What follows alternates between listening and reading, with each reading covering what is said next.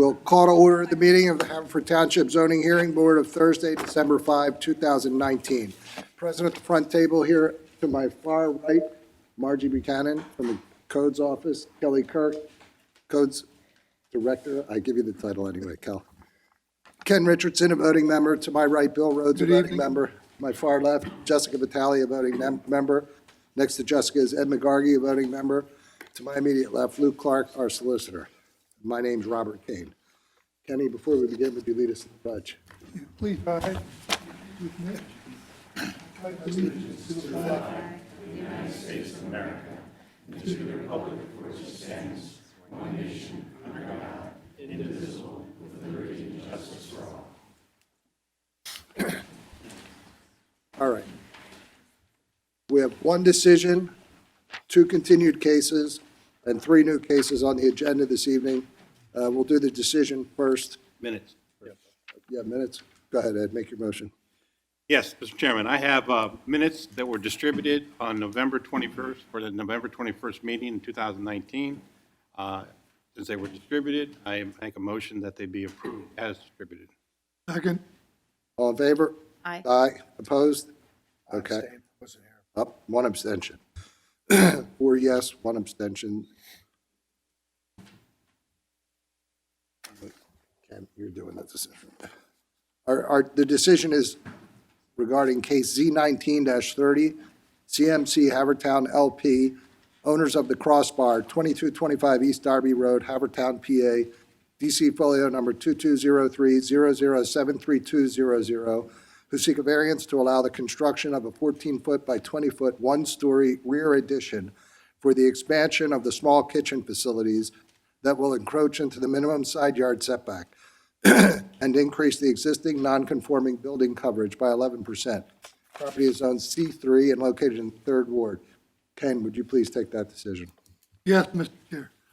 I would vote to approve the requested variance with the following restrictions: to be completed within 1 year of approval, to be completed in accordance with the notes of testimony, and any water runoff will not adversely affect any neighboring properties. Okay. Jessica? I concur. Ed?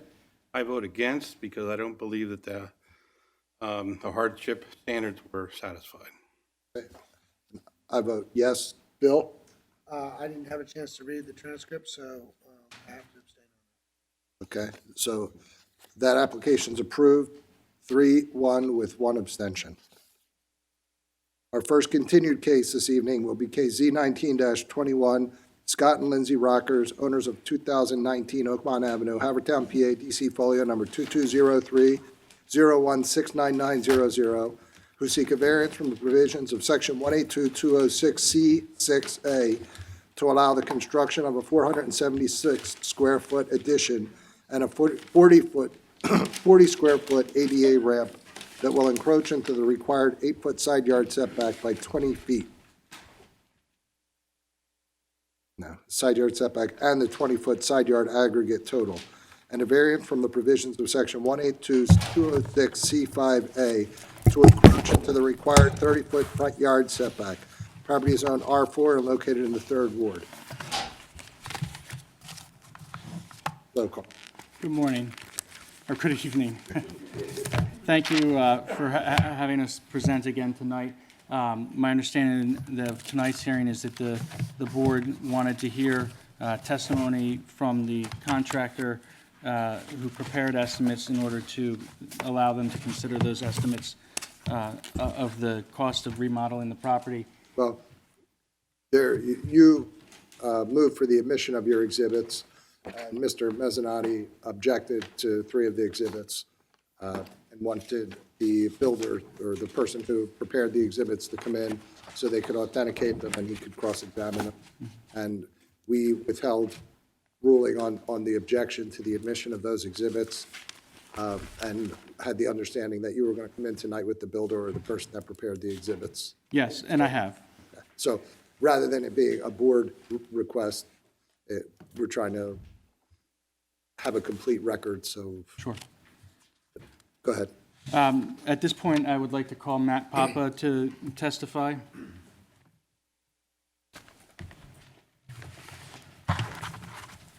Please raise your right hand, Matt. Do you swear to tell the truth, the whole truth, and nothing but the truth, so help you God? I do. And your full name and the capacity in which you appeared this evening? My name is Matthew Papa. I'm the owner of Premier Home Remodeling Group. Okay. Go ahead, Carl. PAPA. It may seem self-evident. Are you ready for us?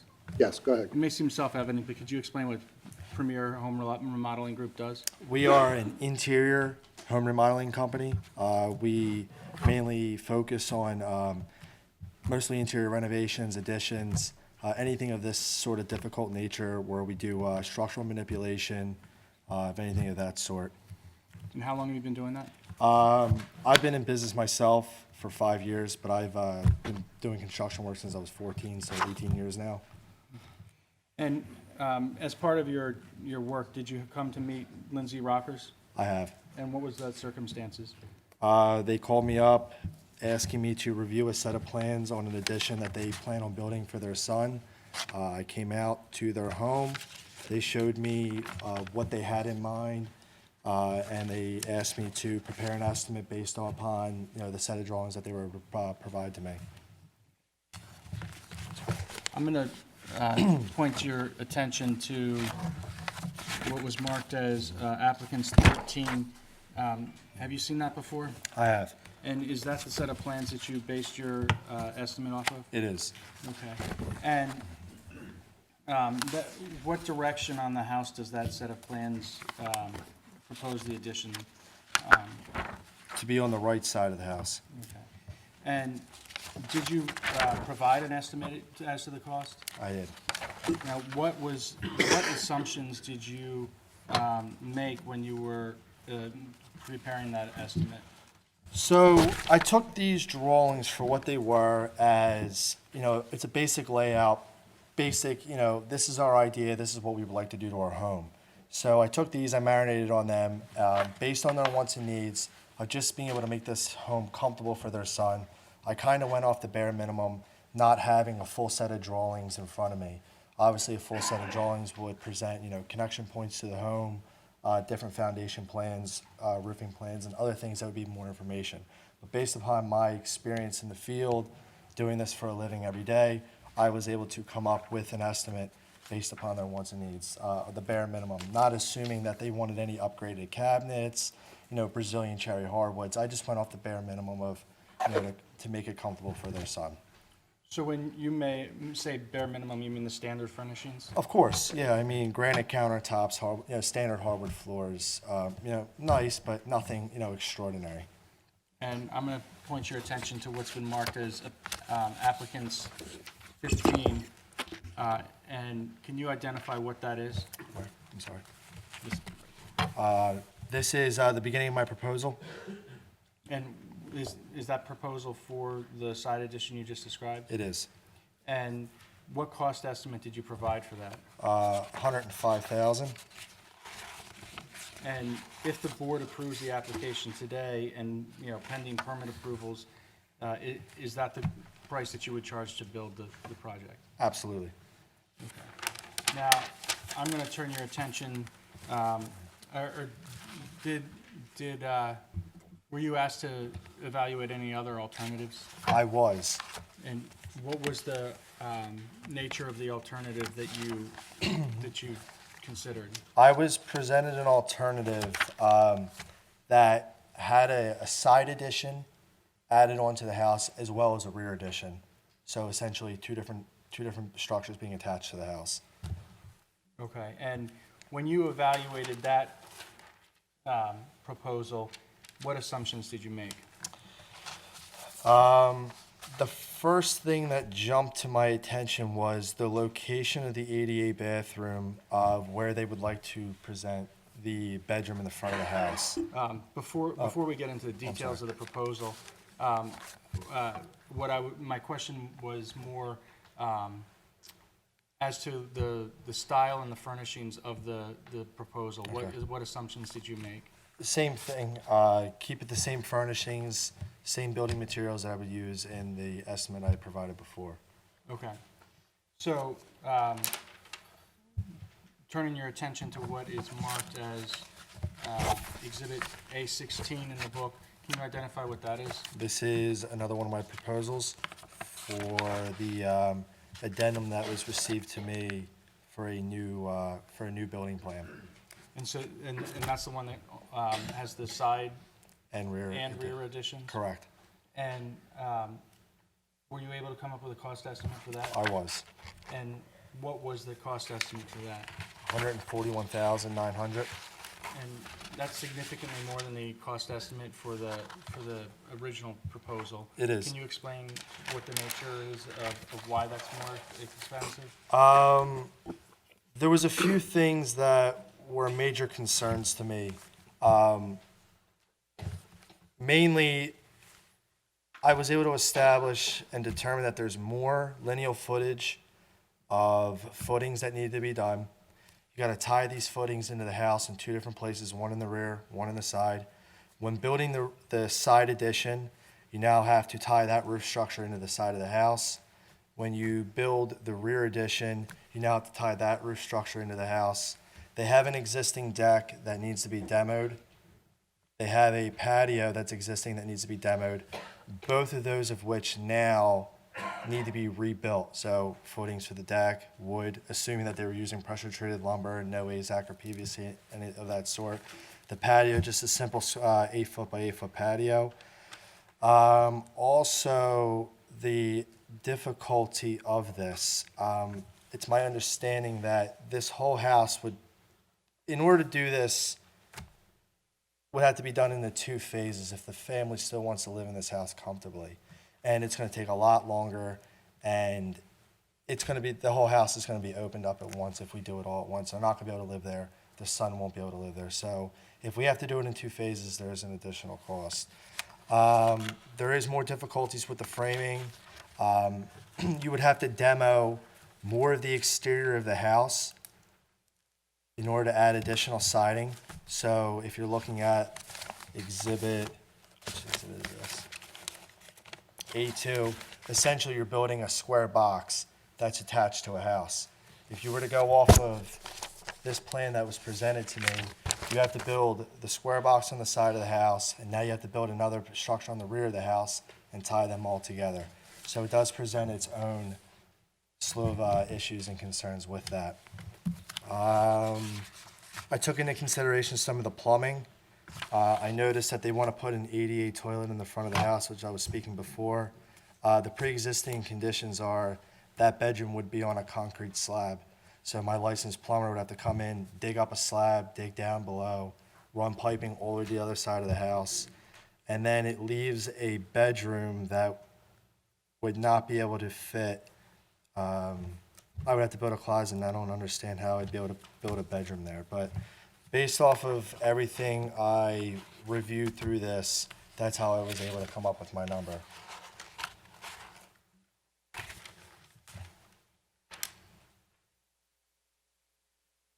So, at this time, I'd ask that the board, I'm going to allow for cross-examination, but allow me to rest on my examination of Mr. Papa until after the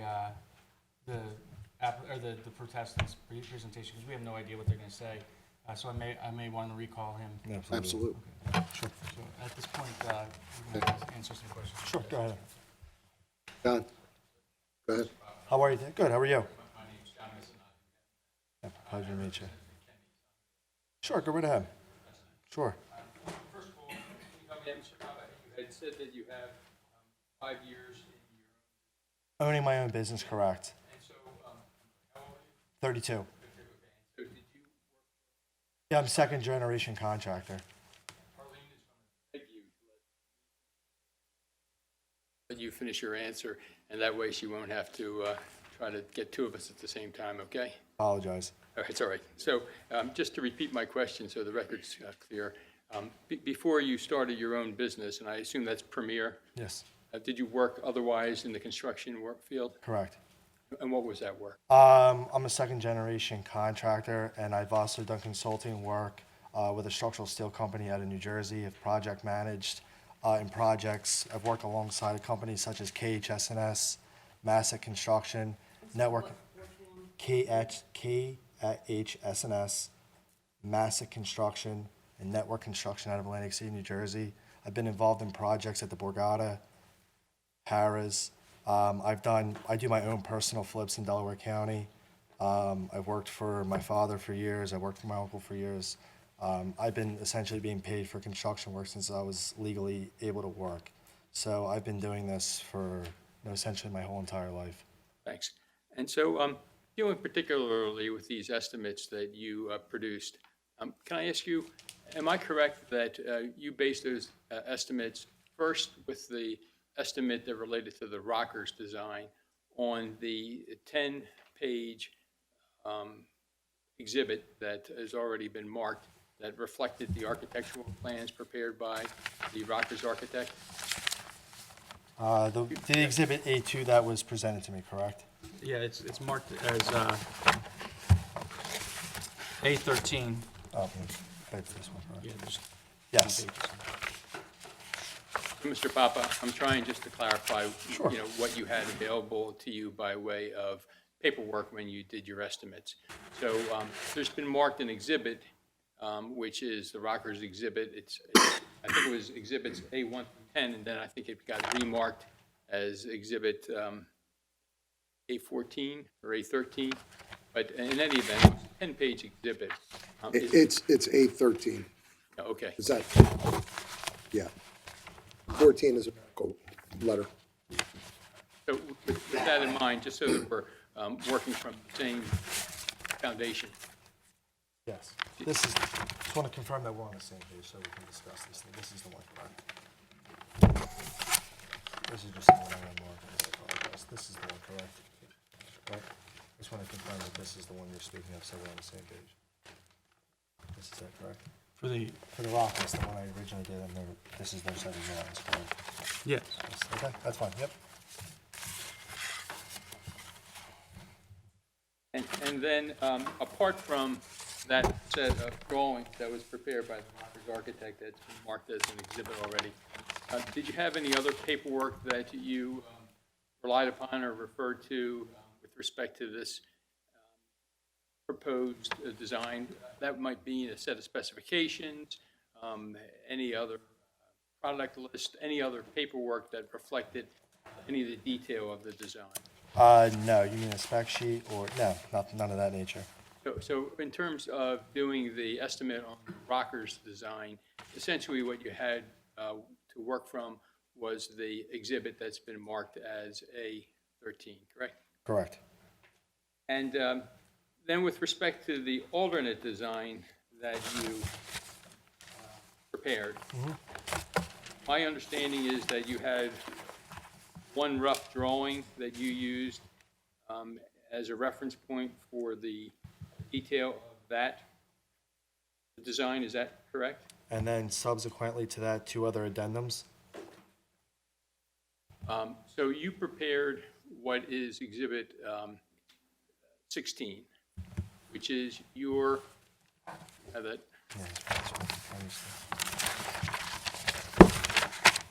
Yep. Yes, and that, if I'm correct, is dated November 19th, 2019, right? correct. And so at the time when you prepared Exhibit A16 dated November 19th, 2019, what did you have by way of paperwork or other material to reflect the proposed design that you were cost estimating?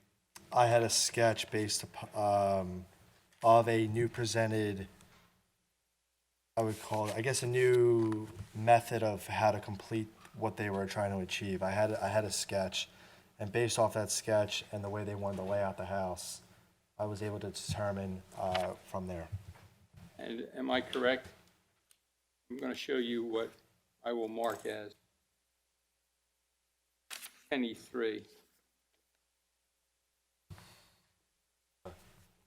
Make sure to give Carl one. Absolutely. showing you what's been marked as Kenny 3, which is a 2-page document. And, it is document that shows handwritten notations over 2 pages of the Rockers exhibit, page marked Exhibit A5 and marked Exhibit A4 by the Rockers. Is that the sketch that you had to work with? Yes, sir.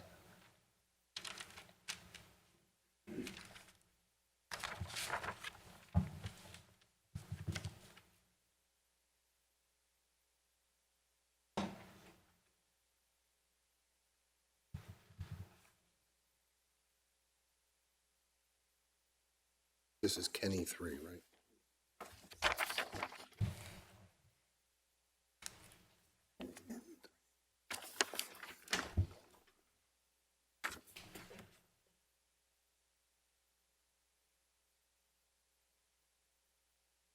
Mr. Papa, apart from what's been marked as Kenny 3, did you have any conversation with the person or persons who prepared Kenny 3? No, I did not. So in essence, the sum total of what you had to work with when you prepared what's Exhibit A16 was what I've now marked as Kenny 3, right? Correct.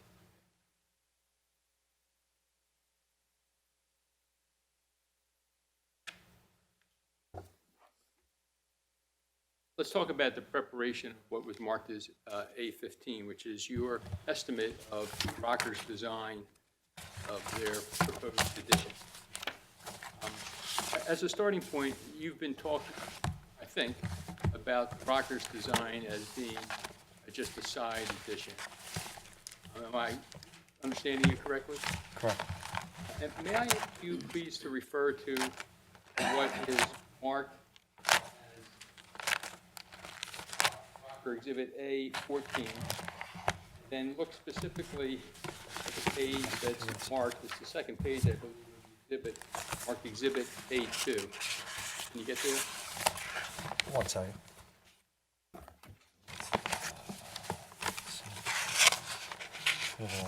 You say A14? Do you maybe mean A13? It's A13, right?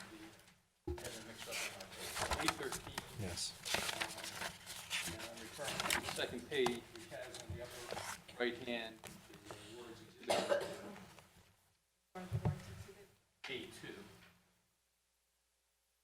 I guess the letter A. Yes, yes, I am. So I'm gonna refer you very specifically to that exhibit, and you can see that there's different places on that plan where there's hatch crossing, correct? Correct. And that indicates where there will be new structure, correct? Correct. And not only is there new structure shown on the side of the Rocker property, but there's also new structure shown at the rear of the property, correct? More or less, it would be a roof more so than actual foundation. There's nowhere on the presented drawing that was presented to me that there would be additional foundation in those areas. I'm not talking about additional foundation, I'm talking about there being an addition added to the rear. And in fact, when you look at what has been marked as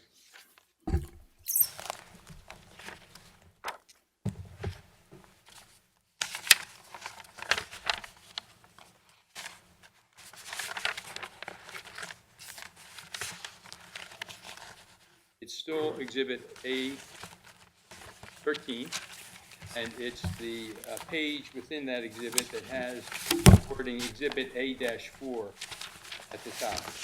You see that? I do?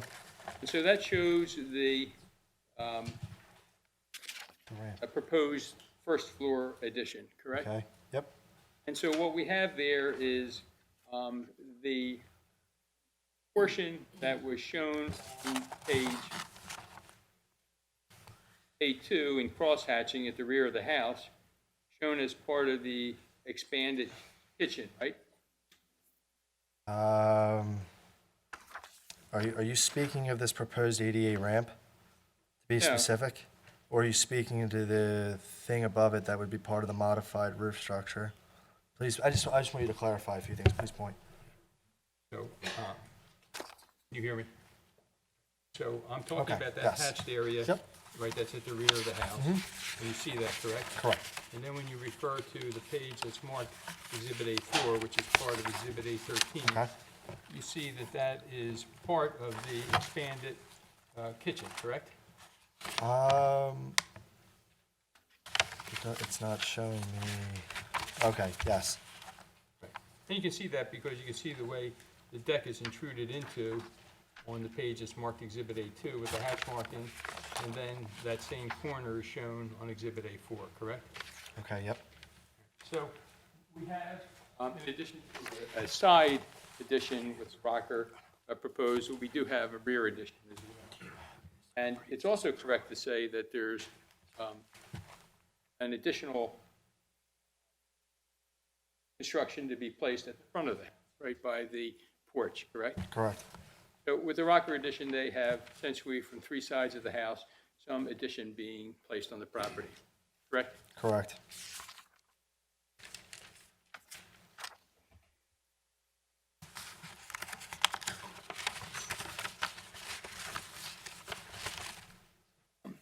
Did you get any subcontractor quotes, Mr. Papa, when you calculated either of your cost estimates?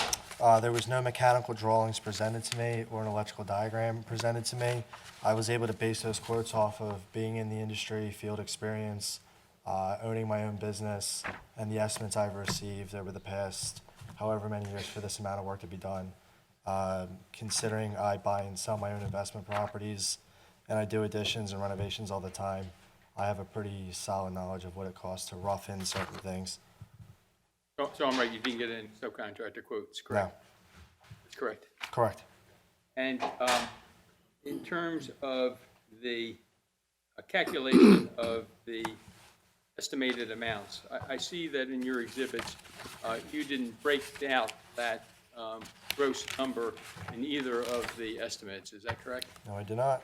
Do you have that broken out information for the trades or any particular area of construction for us? I do for my personal records, I do.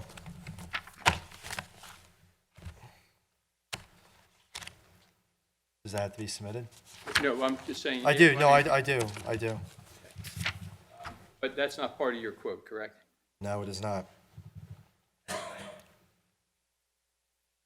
You have essentially the same cover letter that you included with both quotes, correct? With a few different changes.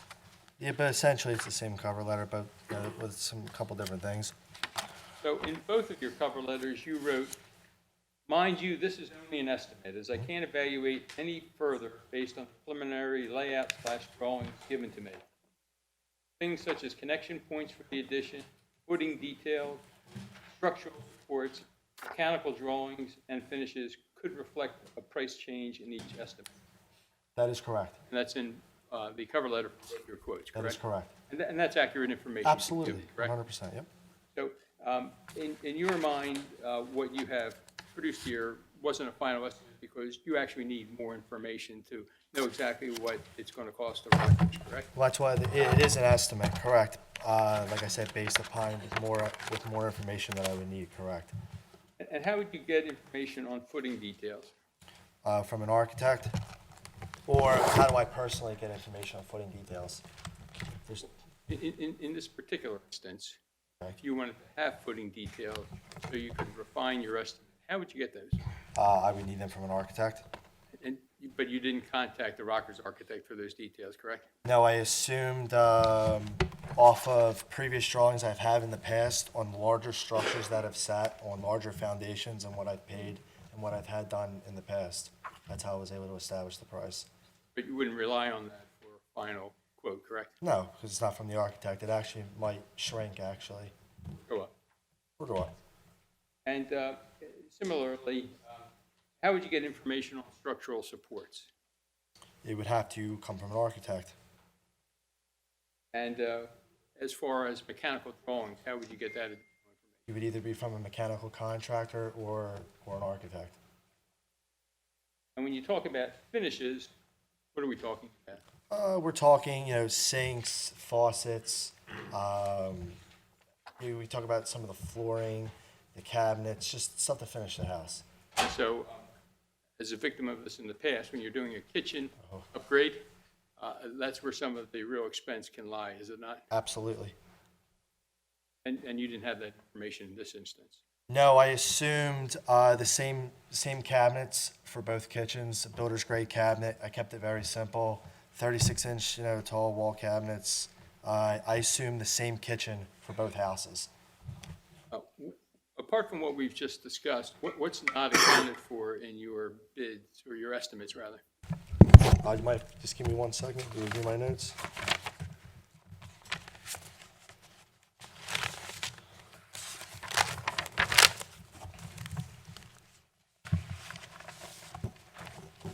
What is not accounted for are the connection points for the additions, structural, and realistically, the foundation plan and a framing plan. They're not accounted for unless I see it from an architect.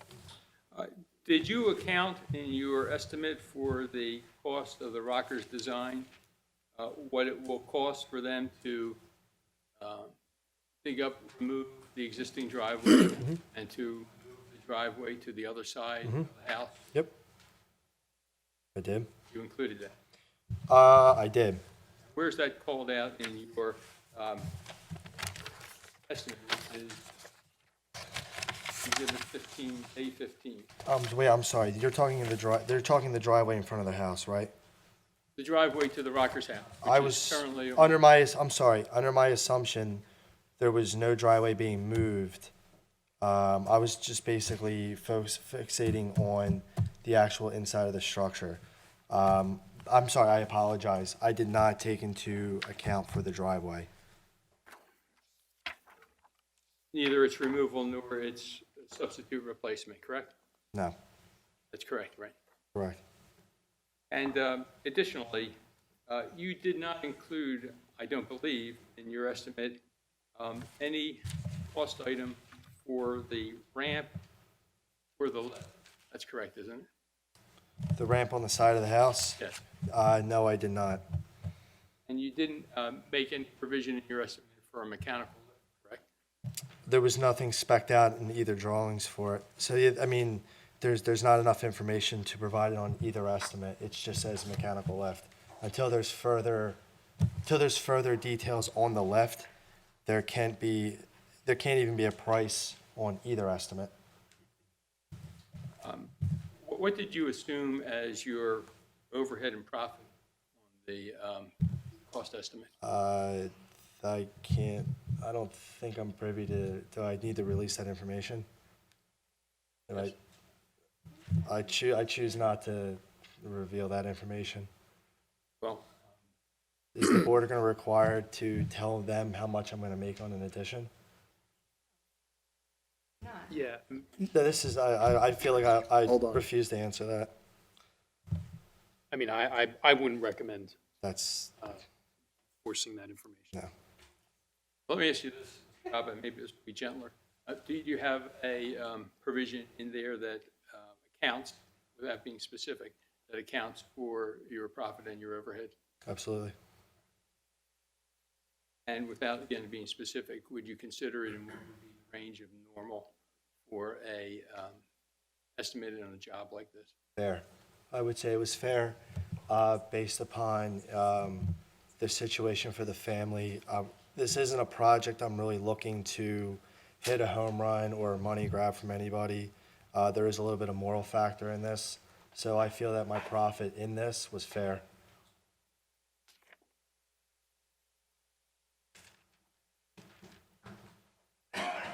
Mr. Papa, if I could, can I just work through Exhibit 15 with you? I just have a couple of questions on each of the pages, and it might be easiest if you had that ready to look at.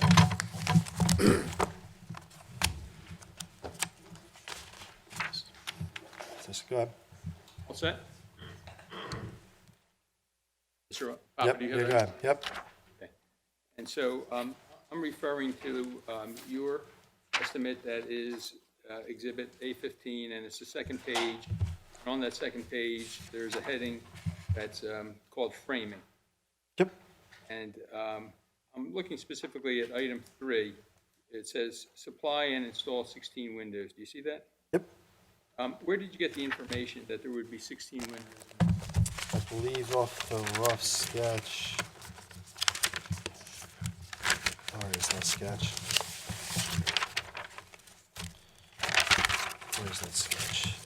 Provide me the sketch. I'm sorry, it's not in front of me. Which, Yeah, you're asking about the side edition or the This is rear Exhibit A15, which I understand to be the cost estimate that Mr. Papa prepared for the design the rockers have. this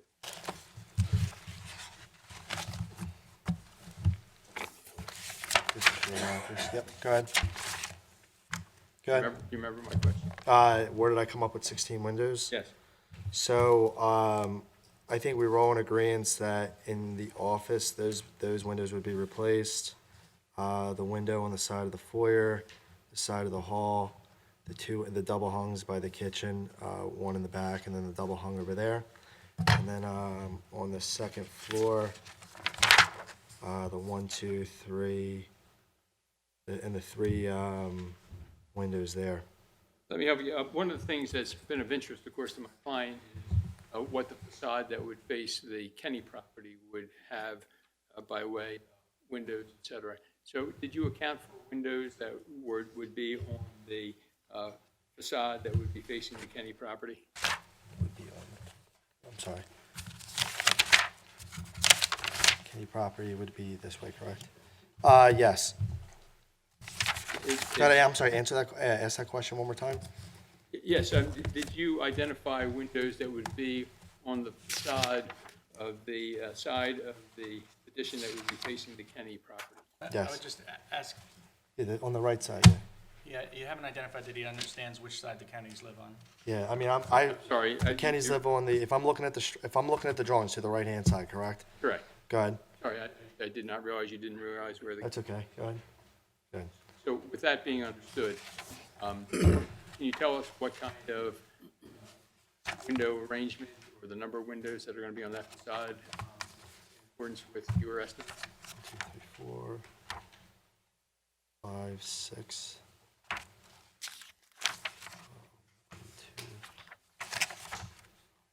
6. 6? And you know how they're divided between first story and second story? 1, 2, 3, 4. I mean, 4 on the first story, 2 on the second story.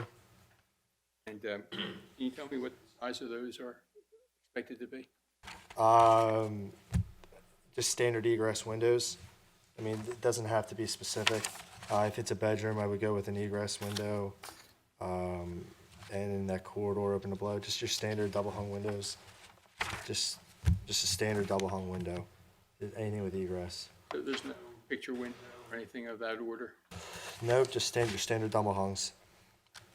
When you say standard double, I think we're on the same page. You're just talking about the average window you see. The average window goes up, tilts forward, it's got the sashes and everything, yep. And so, looking next at the following page, which has at the top, new front porch as a heading. And just going down to the subsection that's headed electric, then down to number 10, which says, all electric to be completed per architect electrical plan. See that? I'm sorry, I do not. Would you mind showing me? I'm sorry.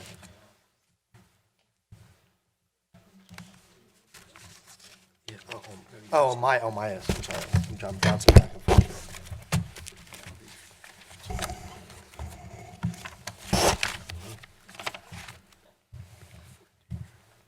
It's right here, look. Go ahead, I'm sorry. Ask that question again, please. So first, to make sure we're oriented. So you're on the page that has at the top, new front Front porch. porch, yep. And then we're down in subsection that's labeled electric. Correct. And then down to number 10, see that entry? Mm-hmm. Yes? Yep. And it says all electric to be completed per architect electrical plan. You see that? Correct. And am I right that you do not have an electrical plan at this point? No, I do not.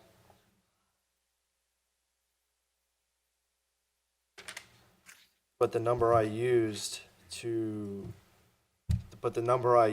for this addition would be current, or would be parallel almost with the same number that I would use to frame out a brand-new house, I will say that. And then continuing on the same page, there's a subsection called sheetrock. Correct. See that? And then in item number 1, there's a reference to 850 square feet of new living space. Do you see that? Roughly, yes. And I was going to ask you, did you calculate that 850 square feet? Yeah, I think it was a rough, yeah, I added, if I look at the original drawings from the Rockers, I took, the width times the length times it by 2. It was just, just a rough measure approximately. And when you include new living space, are you including both area that's addition and area that's being refurnished or rehabilitated? In the original Rockers plan, the thing that was being renovated was a bathroom upstairs. And then downstairs, when you expand the kitchen, the way we're able to do this is you're able to actually cut back the sheetrock where we're expanding into. So we're only talking the difference maybe 5 extra sheets, 4 extra sheets. Maybe if you're speaking into the expanded kitchen part where it goes into the existing dining room, if you want to call that the rehabilitated part, we're only talking maybe 4 or 5 extra sheets. So I was just interested in what you considered to be included in that 850. Absolutely, yeah. Yep.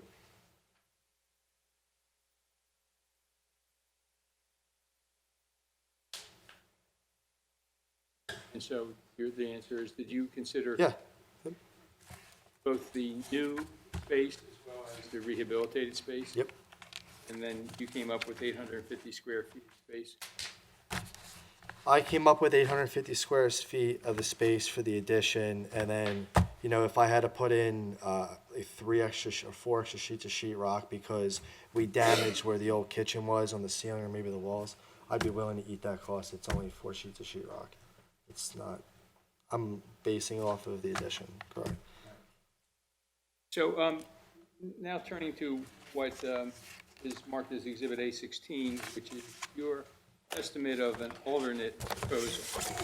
And that estimate of the alternate proposal was prepared based on Kenny 3, correct? Let me pull up 23 again.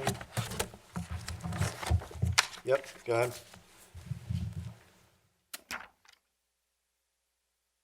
Yes, go ahead. And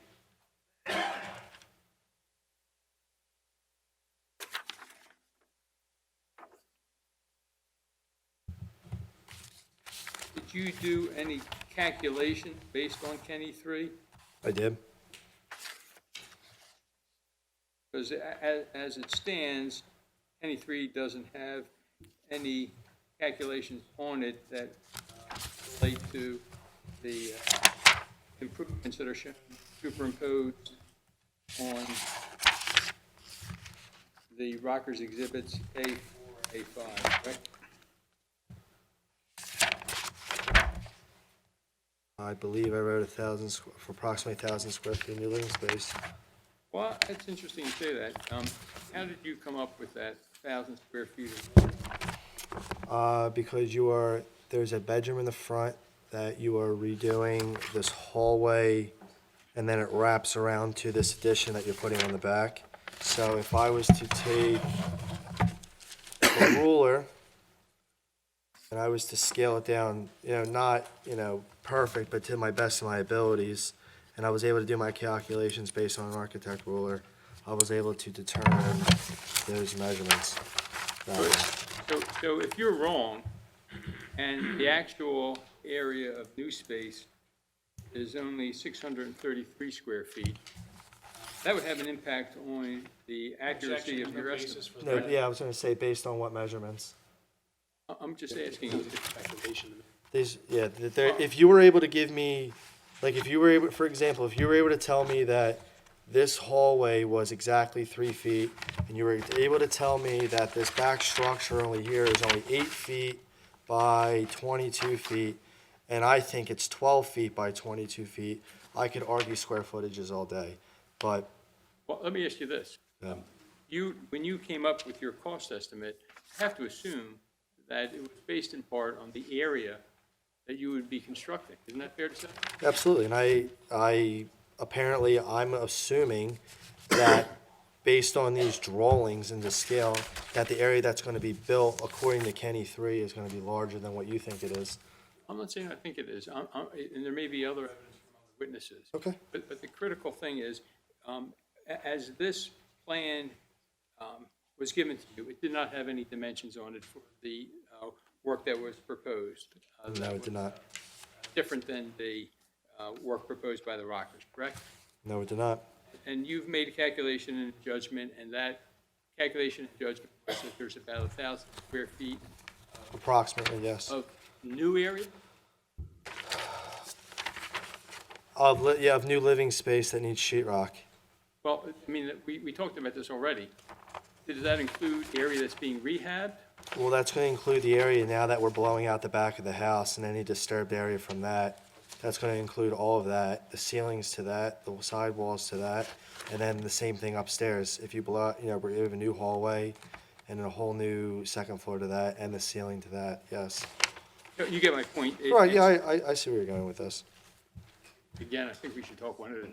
I'm sorry, I apologize. So that 1,000 square feet that you've calculated, your calculation, that includes new space as well as rehabilitated existing space. Is that Correct, yep.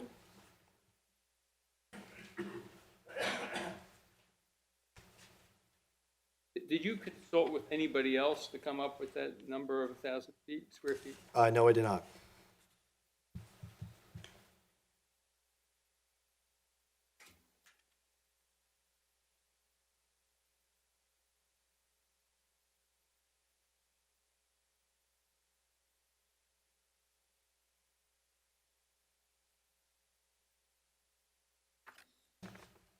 Mr. Papa, could you turn to the, what is the second to last page of exhibit A6?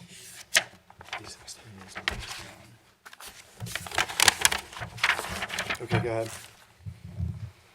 So you see that page has at the top word, upper left, word deck. Correct, Then it has below that rainwater management / additional drainage. correct, See that? correct, Then you have two entries there, one for civil engineer drawings, permits, and fees. And below that, number 2, rainwater management system installed. correct. See that? Yep. And those components were not included in the estimate that you did for the Rockers design, correct? Correct. And why is it that you included those in your estimate for the alternate design that was reflected in Kenny 3? Because through speaking with the Rockers and council, that the new structure that's being built, along with the side structure being built, might impede on the impermeable ground. And there is an ordinance with Haverford that if you do not have enough permeable ground, or your percentages, there is a rainwater management system would need to be installed. So you included that not from any information you had on your own, but from input you received from the Rockers and from the Rockers attorney, correct? Correct. And you don't know of your own knowledge, one way or the other, whether either of those items would be needed on this design, correct? Yes and no, but you go, we can say correct. You don't know, correct? Correct.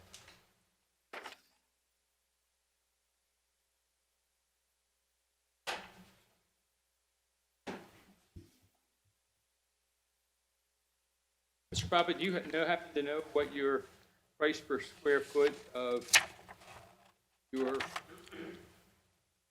new construction / rehabilitation construction will be on the estimate that you did for the Rockers design?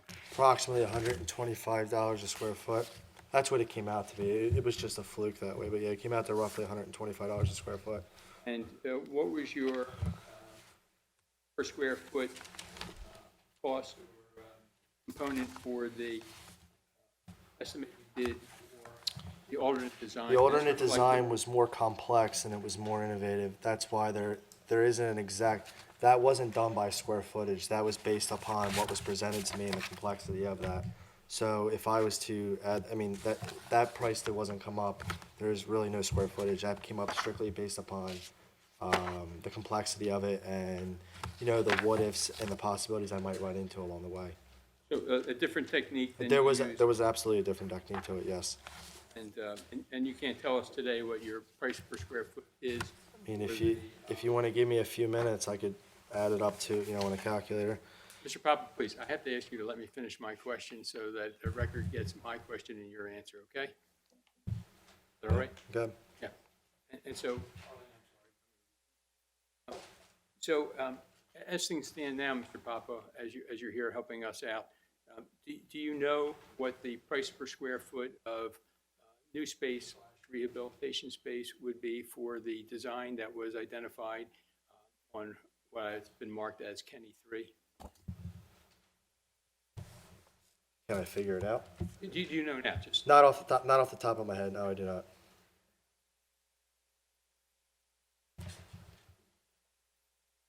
thank you, Mr. Papa. Sure, go ahead. I just have a couple on redirect. Go ahead. When you were asked if the mechanicals were a part of your quote,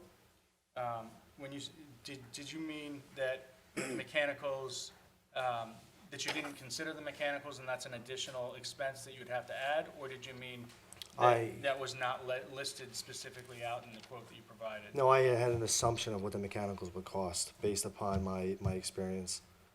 But So it's in that my, cost is it included is in this? included in my quote. And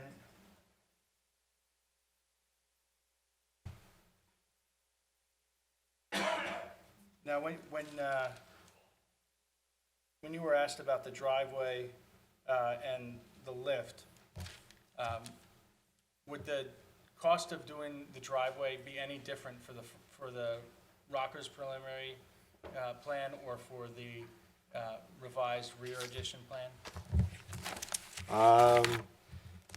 I feel it would almost be the same. I feel both driveways need to be dug up. There needs to be curb cuts involved. I feel they would be the same cost. I mean, they're new driveways. The Rockers, what they have now, would still have to be redone no matter what with the plans that are being presented. And have you had to go before a zoning hearing before? Yes. And when you've gone before a zoning hearing, is it normal to have full electric and architectural plans? Never. So I usually don't. And Mr. Mezzanotte pointed out on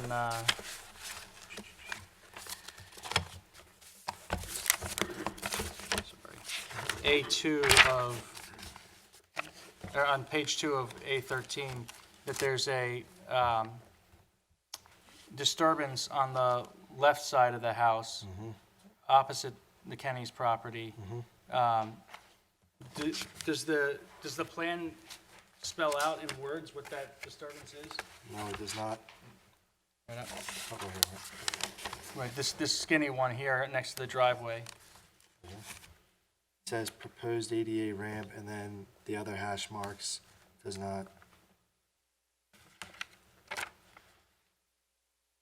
So that is not an addition, it's a ramp for a wheelchair? It says proposed ADA ramp, yes. Okay. I don't think that's on any side of the property. The opposite side.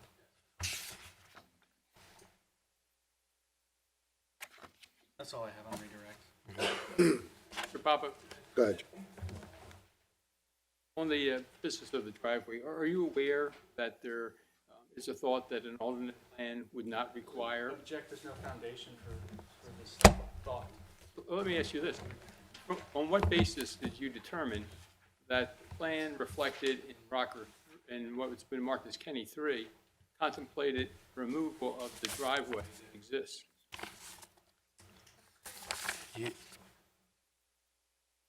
This, we gotta find Kenny 3. I'm sorry, there's so many, I have so many papers in front. Let me find Kenny 3 again. 1,000 papers in front of me, is this it? Let's see what's in my book. I apologize, one second.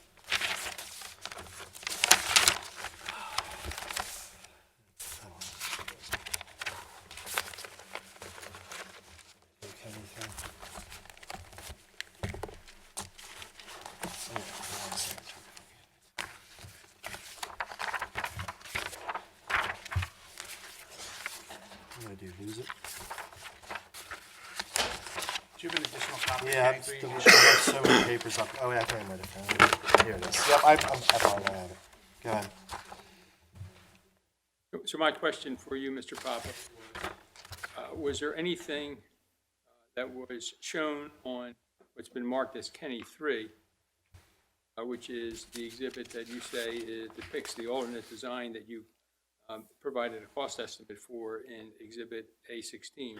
Is there anything on Kenny 3 that indicates removal of the existing driveway? No, but in order to build a porch, wouldn't you be building on their driveway now? You've been out to the site, haven't you, Mr. Papa? Yeah, there would be, yeah. Right, and so you understand that what Kenny 3 depicts is a extension into the side yard that faces the Kennys that's substantially less than what is proposed in the Rockers design, correct? I wouldn't say substantially, but yeah, there is a little bit more. So I take it you did not go out to the site, make measurements, and make any specific determination as to whether the driveway would need to be removed if a construction was completed in accordance with Kenny 3? That would be up to a surveyor to go out and do site surveys and mark that. I did not do any site surveys of that sort. Right.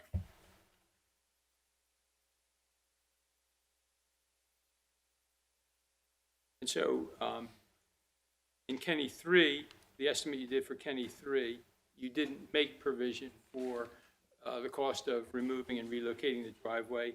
And similarly, in the cost estimate you did, which is Exhibit A15, for the Rockers design, you did not make any provision in your cost estimate for the removal of the driveway and the reinstallation of the driveway on the other side of the house, right? No, I did not. Thank you, Mr. Papa. Carl, you have anything else to ask? I have no more questions for this witness. Okay. At this time, I would ask that the board enter the exhibits that he just authenticated, the A14, A15, or A15, A16. Yes, A15, No A16. objection now? Okay, so those are admitted. Board, yes? Yes, I have some questions about your two estimates. So I just want to confirm what was stated previously, that the estimate for Scheme B, referred to as Kenny 3, was done based on an estimated square footage, since there were no dimensions provided. Let me pull that. I'm sorry, ask that question one more time. I apologize. Of course. So Scheme B, which was based on the exhibit Kenny 3, was an estimate of square footages only, since no dimensions were provided. Not actually. It was based upon what it would be like to attach the rear structure and build a side structure as well. The complexities of adding a bathroom to the front. Just only in terms of square footage. You just estimated the square footage for the addition. Yeah, I did estimate the square Okay, footage of the home, that's- correct. Thank you. So for Scheme A, the original architectural drawings include a note that the stair on the second floor has to be reconfigured, and I don't see that reflected in your estimate. Did you take that cost into account? I did not. Okay.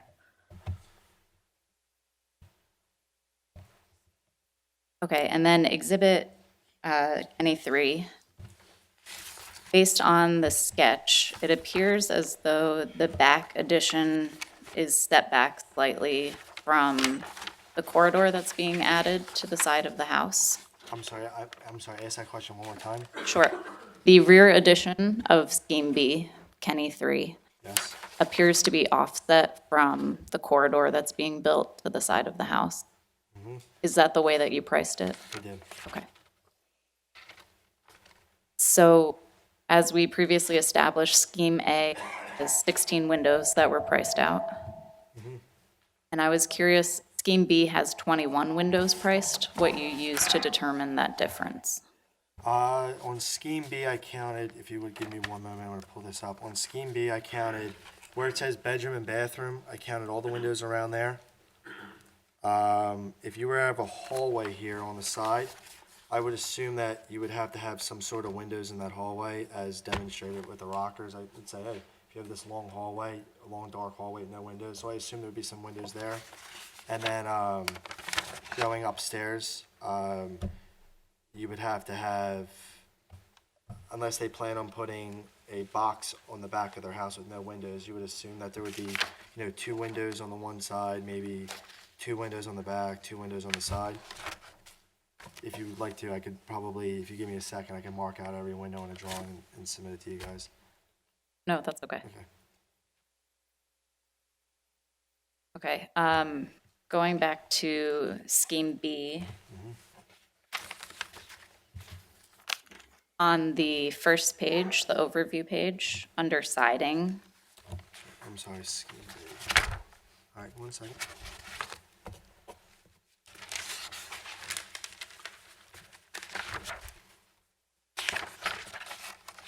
Go ahead. you have, item number 1 is demo and remove stucco on side and rear of house. Yes.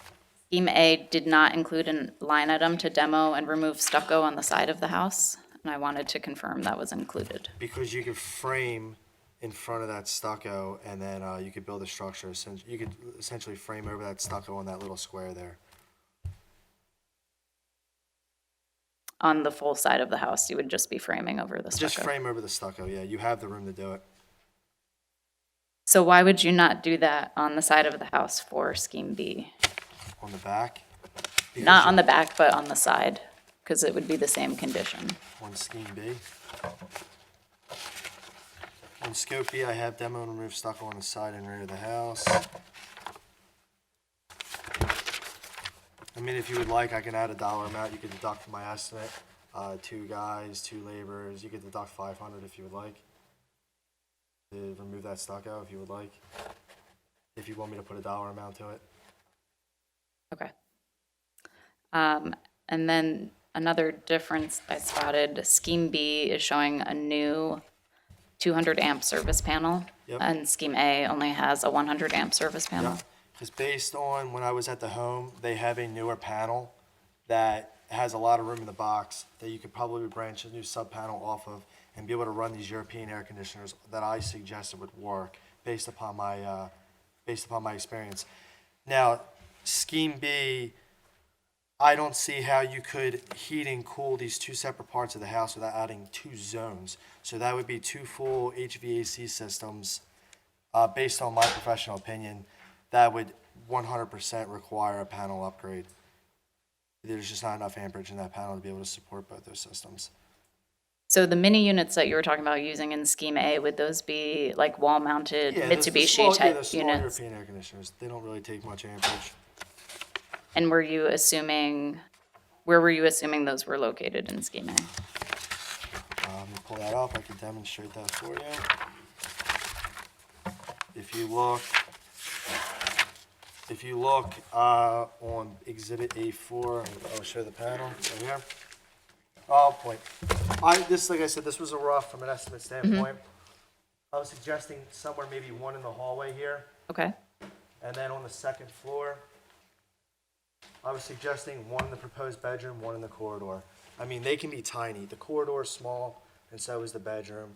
It has the opportunity to be able to heat and cool, just those areas alone, with just small little items, with those small little European air conditioning units. and how much square footage do those units typically cover?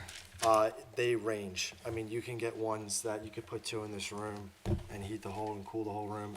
They range. I mean, they range. So would it be feasible to do the mini units in scheme B instead of a zoned HVAC Well, system? scheme B, you're opening up, there's more open space in scheme B. In Kenny 3, if you're opening up the back of the house and you're pushing it back, you're now creating, more of an open air.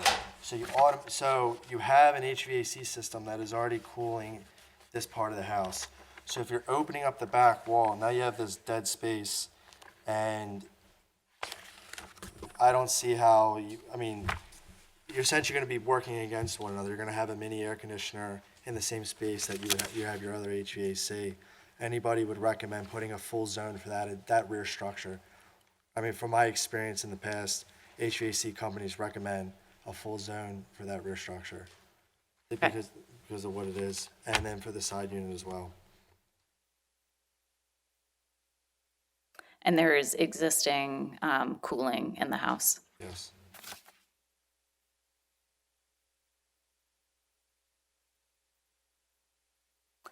And then my final question was just about, you were discussing the phasing required for Scheme B. Would it be possible to keep the existing exterior walls up during construction and poke through them once the house is enclosed?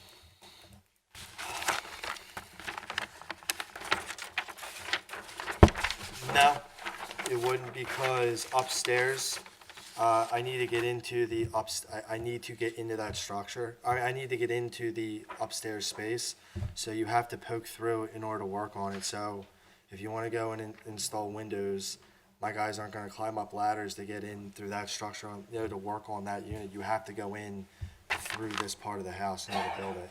It's just the means and methods behind it. You can't build this back here by climbing up ladders to work on it, and then, oh, hey, we're finished, let's break through now. You just can't do that. So you would have to open it up right here all along. We would have to be walking in and out of this regularly every day. And on the first structure, you would have to blow out the back wall right away in order to be able to, tie all this in. And you would have to be able to walk back and forth through this all day. You kind of can't, just enter in through here and back here. You can't do it. And that would be the case for Scheme A as well, correct? So That you'd be walking back and forth upstairs? Scheme A, the way I had Scheme A was, you were able to build this. It wouldn't take as long to build Scheme A, in my opinion, as it would Scheme B, because there is a little bit more complexity to Scheme B. But since the nature of how it's designed, I feel you could build some of this before you break it, but there is going to be time where you do have to walk. You will be going back But there is, but I upstairs. feel, in my opinion, there'd be less time. There'd be less time to disturb the house. Let's call for that.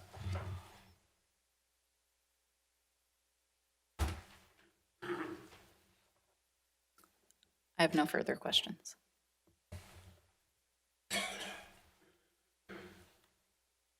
Jess? Yes. Ed? Yeah, Jessica did a very good job going through that. So the only question I have, on the Kenny design, Scheme B, is that a one-story or two-story? On the side or the rear? On the side? It is a one-story. Okay. That's all I had. Bill? Yeah, and I give you a lot of credit, Mr. Papa, for being able to work with this drawing. It's tough. I mean, I just want, just for the record for everybody, I'm doing the best I possibly can with what's being presented to me. What the Rockers presented to me was a lot more clear than Kenny B. Even though I did take into a lot of things into consideration, I took it for what it was. In terms of the means and methods, I'm in the field every day building these things. I know what it takes to get these things done. Right. So I took it for what it was. I'm like, all right, I get the gist of what they're trying to do. And I didn't discredit anything or, favor anything in which way when I drew up my estimates. I took it for, I'm in the field, this is how it has to be done, going through my head of how it would be done, and that's how I came up with my estimates. I got it. And thank you. And unfortunately, we don't have Kenny 3 drawings here for anyone in the audience to see what we're all talking about, which makes it difficult for people to follow this. But just to try to help those who don't have the benefit of it, that Kenny 3, or Scope B, I think, is, let me just try to summarize so I understand what the hand drawings mean, okay? So the existing front office that's to be converted into a bedroom would be converted into a bedroom and a bathroom, correct? And that the front porch, which would have extended over to the new side of the building fully, will be pulled back by approximately 50%? Is that, Yeah, approximately. I'm reading that? Yeah, approximately. 4 feet. 4 feet. About, it would be 4 feet further from the Kenny house, or the property line, Which than is it the is. requested Yep. accommodation. And then similarly, although it shows as, there's several things that in the Scope A that appear on Kenny B as to be scratched out. Pantry, the ADA toilet, the coats in the foyer. But my sense is that that's going to become a hallway, that Yes. the old hallway on Scope A is simply being moved back. So approximately 4 feet of this entire side of the building would be moved further from the property line. And meaning that as renovated, the house would be extended approximately 5 feet beyond its current wall. Is that right? Instead of 9 or 10? 6, okay, yeah, 5 feet inside wall to inside wall, but 6 feet counting the wall, okay. And then, just for my own question, where, in the back where the rear deck does not come all the way flush with that wall, does that make it easier, or? Could you just point to? Yeah, on exactly Kenny what- 3 in the upper corner here, where there's a jog here. Yep. Does that make it easier to tie it in, or would it have been easier to just run it flush? I don't know. It would have been easier to probably run it flush all the way around the Okay. back of the house, Okay. And so, because now when you tie that roof in, that should, it's just another part where like, instead of running it off the whole back of the house, it jogs in there and it does cause more problems. okay, and then just so I understand the writing, in red, when you turn Kenny 3 right side up, which is upside down for the way it was originally drawn, great rocks, someone hand wrote something and I wasn't sure what it meant. Great rocks. Okay, I ignored. it's essentially just a great room, it's the combined eating and kitchen and dining or living space, I think, right? Yes. Okay. And then, so, going upstairs, I think, again, this is not going into technical details, I'm just trying to make sure I understand this. Correct. The current house is essentially a 3-bedroom and a full bath upstairs, and the bathroom is going to be renovated, but the existing 3 bedrooms will be left alone. But on the addition, what's happening with, I realize there's a master bedroom that would be put to the rear of the house. But what's happening is all of this area that was shown new on the old plan to be removed, is that it? So that was never presented to me, but I would assume that bathroom would have to totally be renovated and things would have to be changed around to make it accessible, make sense. That whole bathroom would have to be Yeah, renovated. so, but everything try and- from outside the existing wall of the house, this, the linen, the tub, the water closet, the corridor, open to below, none of that would be involved anymore, is that right? Or only half of it? No, it's still involved because there's still rough plumbing involved. There's still plumbing involved because you still need a tub in there and But the hallway and the first floor has been eliminated, and it's gone from 10 feet wide to 6 feet wide. So wouldn't this upper part have to be reduced a little bit? And if so, I don't know, I'm just trying, Maybe I can. it's impossible to figure this out. So, on Kenny 2, Kenny 3, the second floor, is it your understanding that Kenny 3 was designed to take the features of the Rockers proposal and move them to the back of the house so that they have the same features, but they accommodate the neighbors' objections? I'm sorry, I said it one more time. Oh, I said one more time, I'm sorry. So is it your understanding that Kenny 3 is designed to take the features of the addition the Rockers proposed and move them to the back of the house to accommodate the objections of the neighbors? Yes. I get that, I'm just wondering what that actually means on the drawing. So the thing marked corridor, the new proposed bedroom and its closet, the open to below, the linen, is that still a second? gone. It's all gone, okay, so none of that's It's gonna now be, in the back of the house.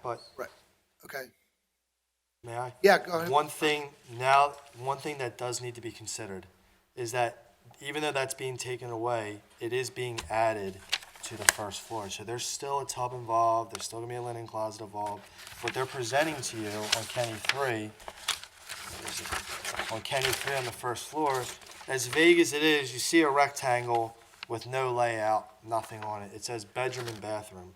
Well, if it's gonna be an ADA accessible bathroom, one would think there's gonna be an ADA toilet, ADA vanity, turning space, and somewhere for their son to wash, so Sure. that plumbing has to still be installed. And what people are forgetting is this part of the house right here is on a concrete slab. Yep. We would have to dig that slab up with jackhammers, dig down the plumbing, fish it through the foundation, all the way back to the back of the house where the stack is, put stone and pour concrete. And so then the ADA toilet that's identified on the first floor, though that's not gonna be there anymore, under scope 2, or B, or whatever they call it, scheme B. On Kenny 3? Yeah, so, So what they're saying is this is gonna be deleted, yeah, hallway. so this is just becoming a hallway here. Yeah, So the only place you were gonna add a first floor bathroom is in a slightly expanded room here. But with the it's harder. considerations that you've raised on the difficulty of plumbing out that room. Absolutely. Okay, I just want to make sure I was understanding it, Yeah. because there's essentially the second floor, all of this area along the Kenny side would be eliminated, but it's not shown as being eliminated on any of these plans. But I didn't even know this was only a one-story now until the testimony earlier, so thank you for the explanation. Sure. Let me just ask one final question. There's a proposed lift to be attached to the side of the expanded front room Okay. in Kenny 3 on the first page, right? It looks like a lift, but that's because the driveway would stay there. Okay. Is that, is it? I don't I'm know. looking down here on the very see. lower, or the upper left corner. It says, I think that says lift, Yep. and so presumably that would be along the driveway, right? Yeah, I would assume. Well, I mean, it doesn't really. can I ask my question? Sure. Under the clarification. building code, how many egresses are required from a house? Well, one per bedroom and one in every well, it's really one per bedroom. Or, so on the first floor, how many egresses would be required? For the proposed bedroom, there would have to be at least one egress. Well, for the living space, there would be one front door, one back door. Okay. So the lift is there regardless? Or whatever mechanism is used, it's there. There's an egress for there. egress for safety. I got That's it. for the first floor. Yeah, I'm just trying to understand what all this handwriting in that was presented to us, because it's, obviously it's not as detailed as the original drawings.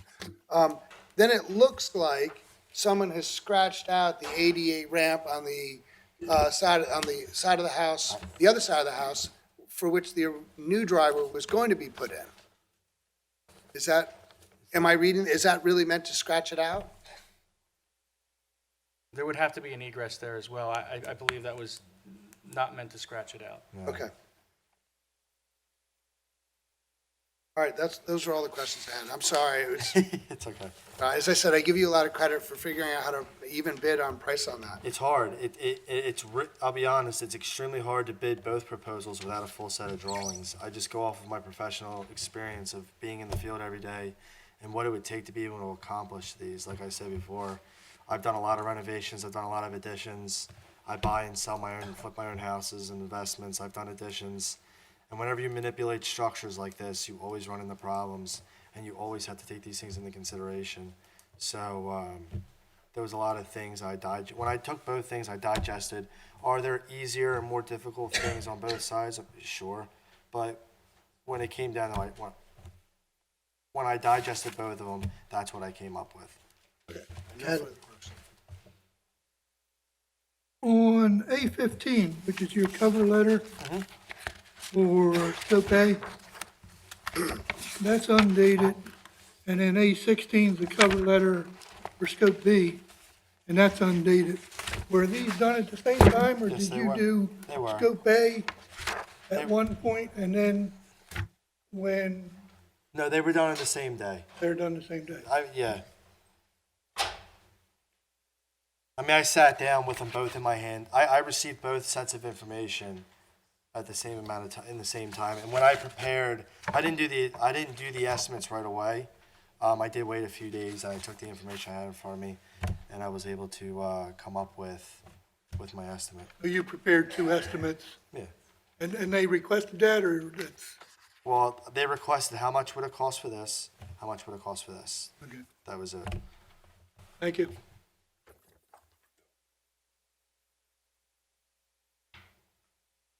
Yeah, I think one question is,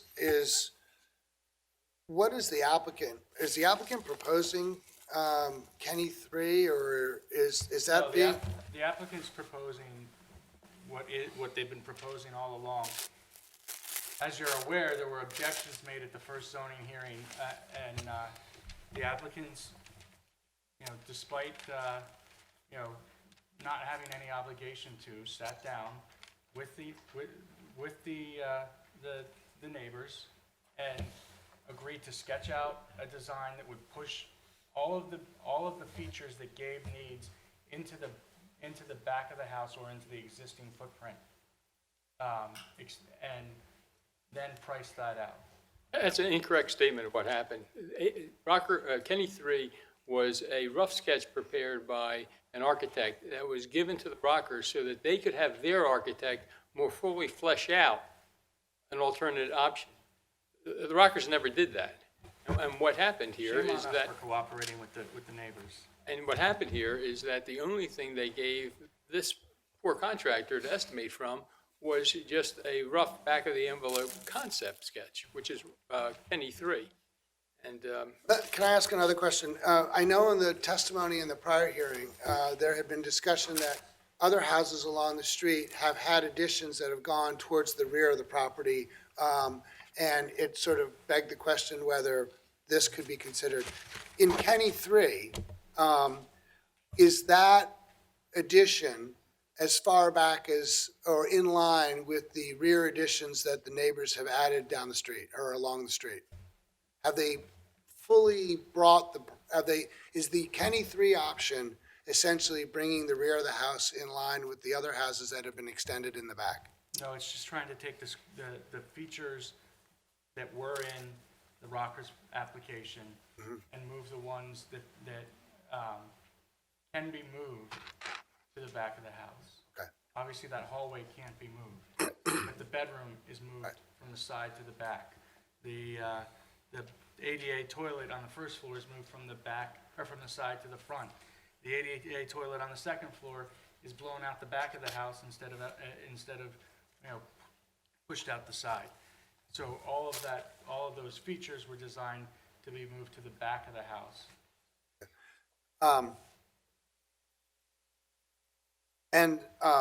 Mr. Papa, I assume you were not given another option, which was to leave the existing sidewall in place and put even more in the rear of the property in a single addition off the rear.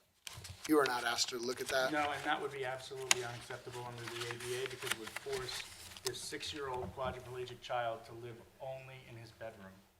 And that would be absolutely I think that's argument. I'm not sure 100% if it's responsive to the question you asked the witness. I just asked him whether he was asked to look at it. That's all. I'm not advocating for it. No, I'm just trying to make I clear. was just asking whether in There was- the exploration of options. There was neither, that option was never presented to me from either Understood. party. That's all I want to know. Okay. So, just so clear, this is offered by, the Kennys, right? It's not offered. It's been used as an exhibit to reveal what it was that was the basis for Mr. Papa's second estimate.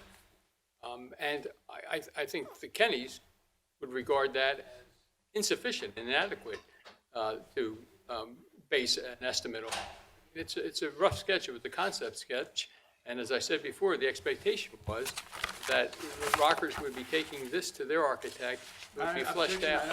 Hold on.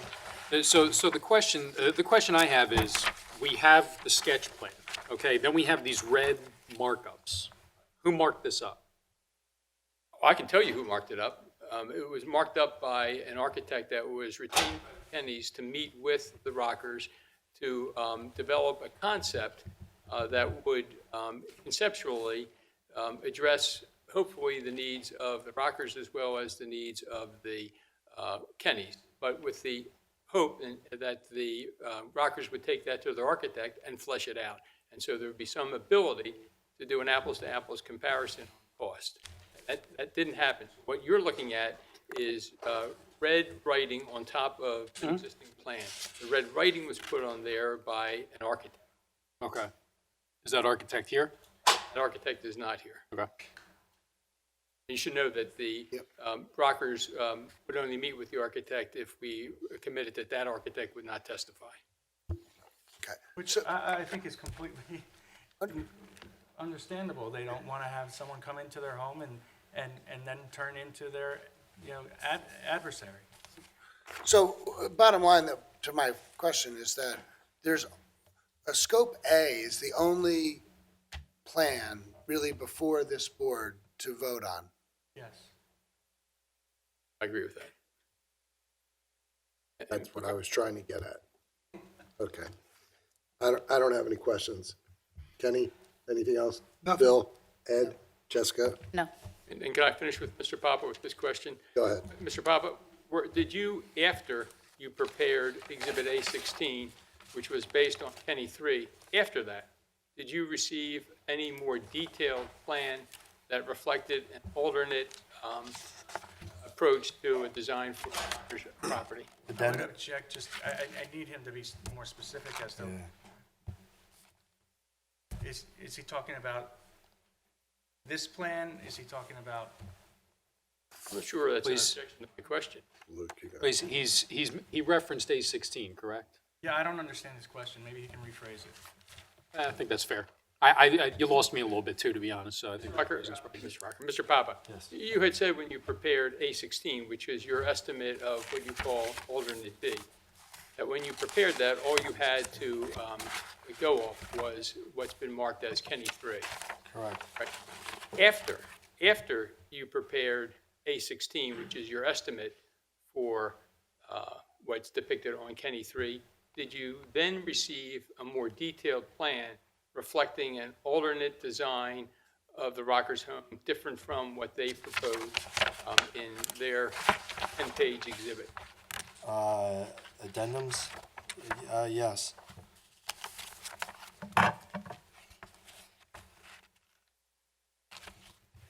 Yes, you did. Yeah, I received addendums, yes. And what were those addendums? They were hard to follow. There was several addendums, all of which were different design. They were hard to follow, to be completely honest. I received several different drawings, and I'm sorry, excuse me 1 second. I just asked you if you received anything else. I don't have any other Yes, questions. yes. Those drawings that you received, were they prepared by the Rockers? No. And what, you've had a lot of questions on the vagaries of a plan that goes before the zoning hearing board and how you estimate the costs of that without detailed architectural and mechanical plans.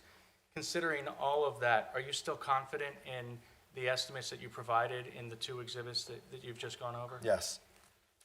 And those prices, if the application was approved today, you're still confident that you would accomplish the addition for those prices? Yes. Thank you. Thank you. Thank you.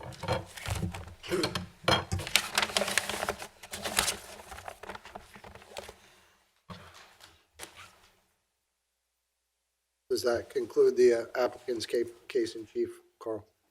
Case in chief, yes. John? Please, the board, I call Stephen Schock.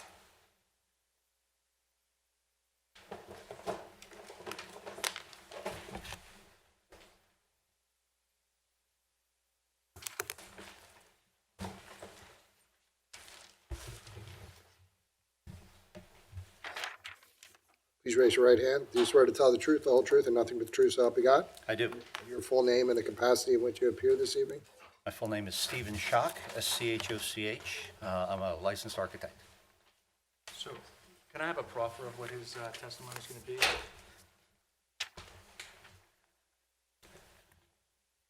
Yeah.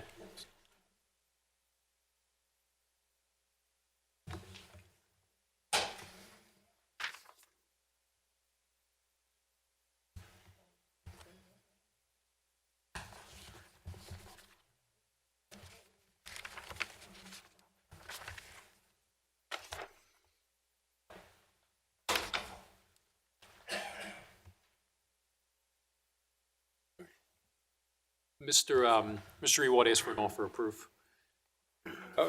Mr. Schock is an architect with a specific design emphasis on supportive housing, disability housing, and he will talk about the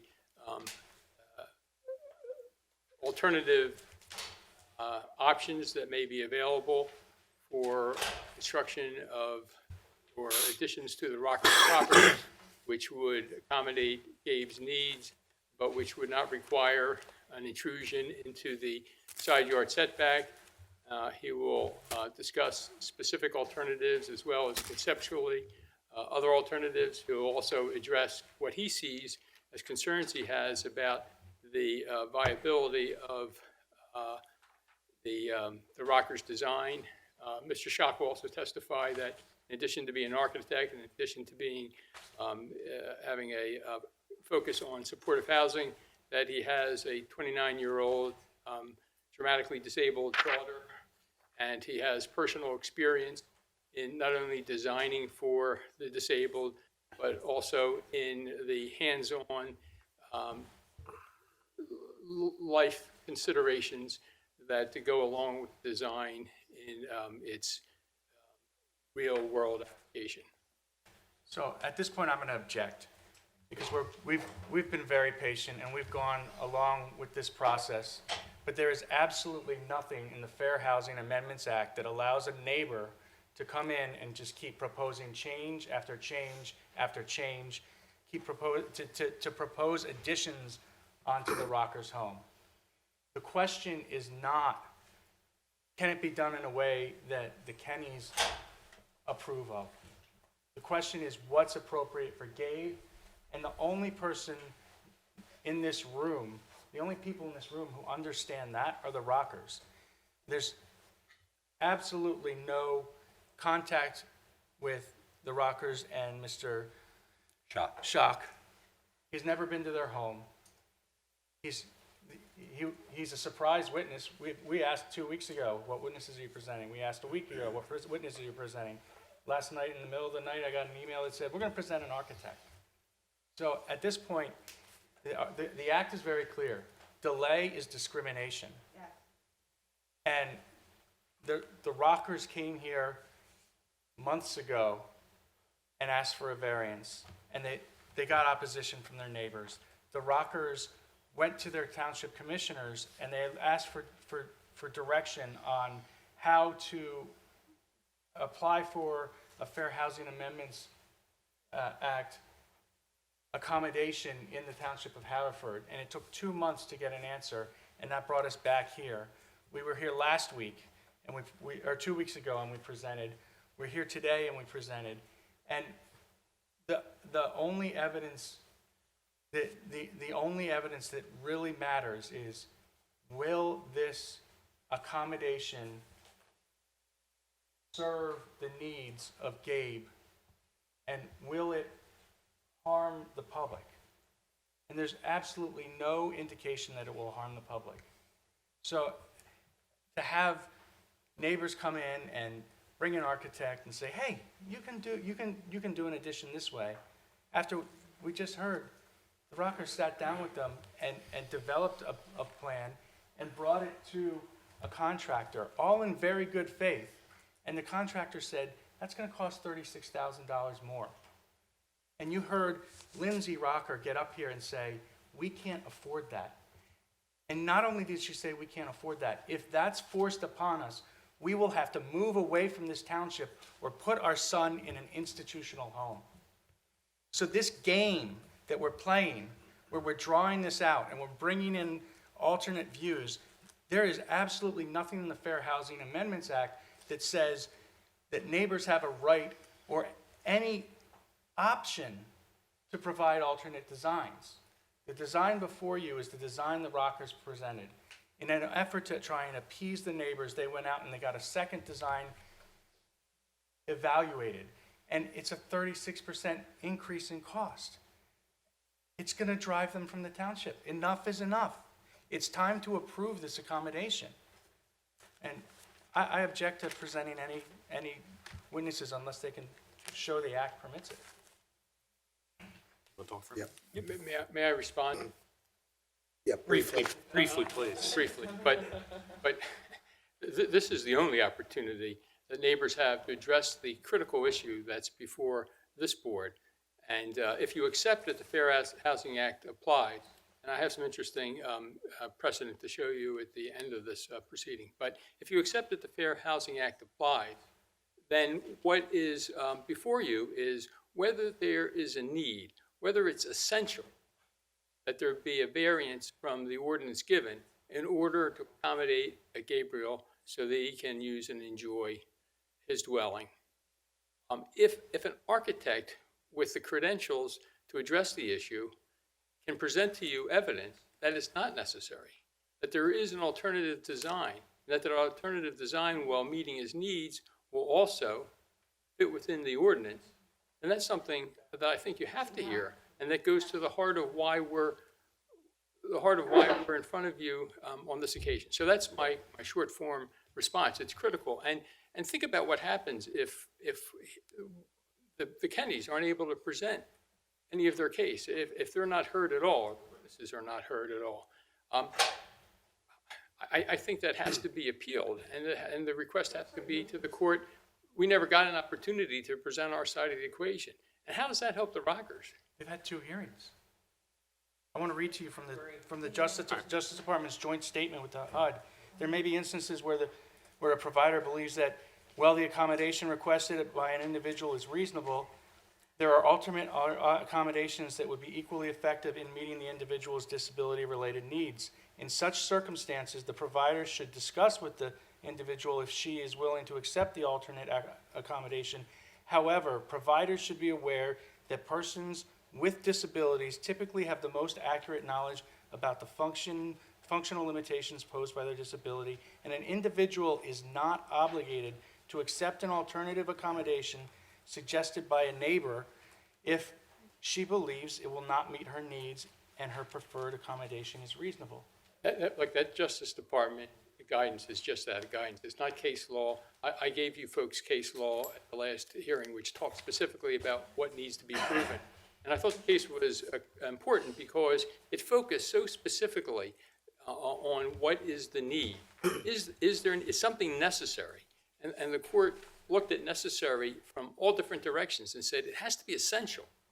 And if you can't present evidence on the issue of whether this is indeed essential, that going into the side yard setback is essential for Gabe to use and enjoy his house, then you're not entitled to any relief under the Fair Housing Act. The Fair Housing Act is not a sword that says we can use this to cut down any regulations that exist. It's only if the regulations need to be adjusted because it's necessary, it's essential. I agree that the test is necessary. To allow the disabled person to use and enjoy.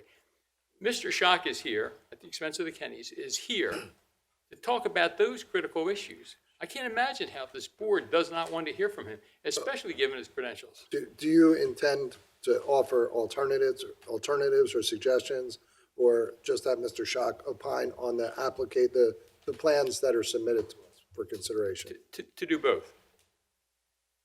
To demonstrate We're in gonna take- actuality that there are alternatives. I think that's We're incumbent. going to take two. Alternatives that the Rockers still have not seen.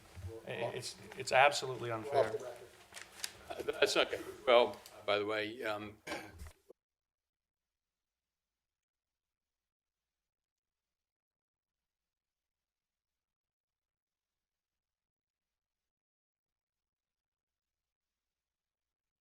Here's what we were discussing up here. We have other cases tonight, so what we're thinking is scheduling a special meeting just to handle the rest of this case, and so that we can complete it as expeditiously as possible. Are you available next Thursday?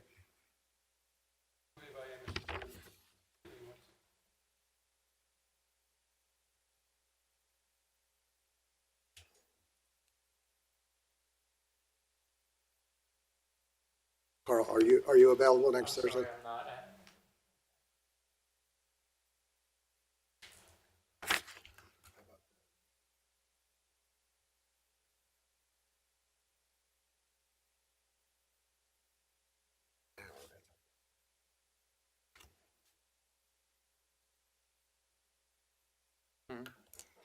about the 19th?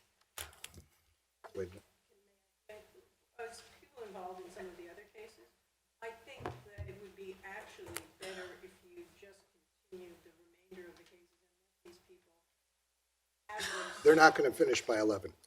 I have it. This is Are you available on the 19th? I am available on the 19th. I am available. Okay, and your witnesses? Okay.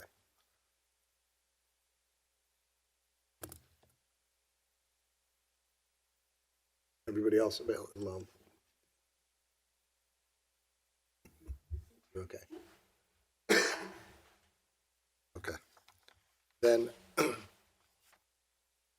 how long do you think it's going to take, John, for your first witness?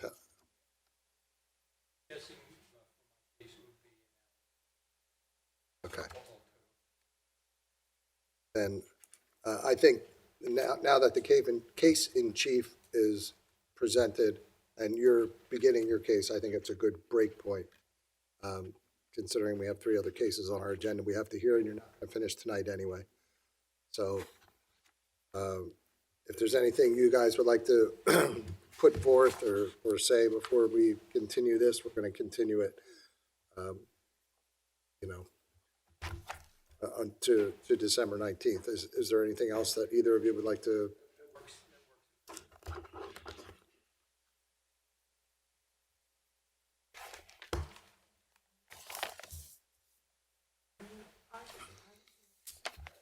Not as part of the case, like, I don't want to be subject to cross-examination. I was going to speak as a member of the public. I don't have any, I'll save my closing remarks for next week, or for next hearing. I would specifically ask that next hearing is the last hearing. This is going to be the only item listed. Honestly, that was supposed to be our zoning Christmas dinner, which we're canceling, so that we could have the hearing for you. No, don't be ridiculous. This is more important. So, I would ask, if possible, that it also be scheduled for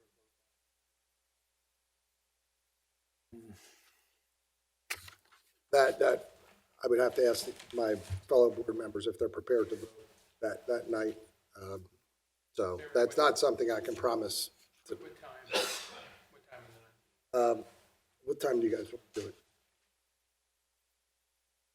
7:30? 7:30 is fine. Let's say 7:30.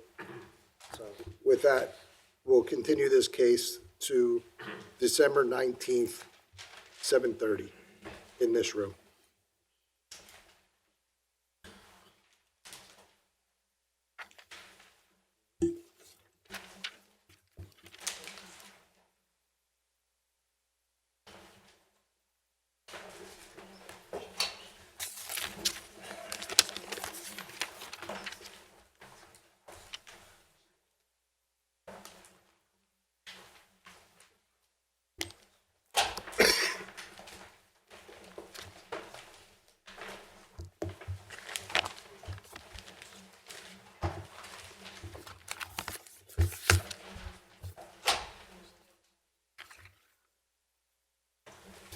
Is Andy's?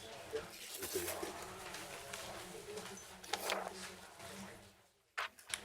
He's still here.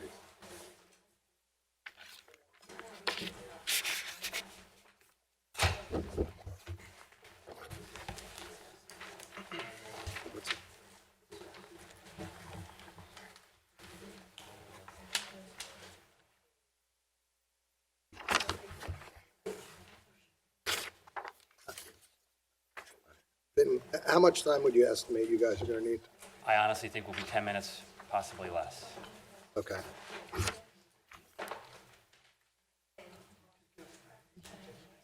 Our next case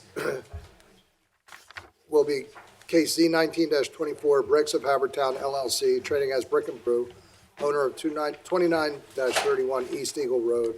And I won't read the rest of the description into the record. It's on the agenda. Go ahead. Thank you, enter your Mr. Chairman. appearance? Yeah. Again, my name is Fintan McHugh. I represent Bricks of Haverford Town. The board will recall we were here in September, and there was some opposition at that time by Edward Rimmer, Since that time, we have resolved the dispute with Mr. Rimmer, and he has indicated by letter of his attorney that his opposition is being formally withdrawn. I have included that as Exhibit A12 in the official set of extra exhibits that I've handed in. I've given that only to Kelly, but I believe the board is aware of it. There are some additional exhibits in the package before the board tonight. It's Exhibits A9 through A11, and essentially what we're doing here is there were some questions by the board, and then also a couple of neighbors about dimensions and also about sound. So we wanted to address those questions, and I have the architect, Brian Newswanger, back again this evening, and we've engaged a sound expert, acoustical engineer Anthony DeMarte, who is also here to testify about the sound.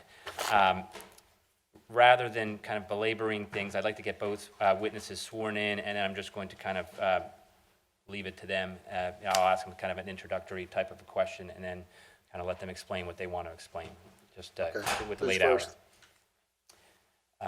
Brian Newswanger. Please raise your right hand. Do you swear to tell the truth, the whole truth, and nothing but the truth, so help you God? I do. And your full name and the capacity in which you appear this evening?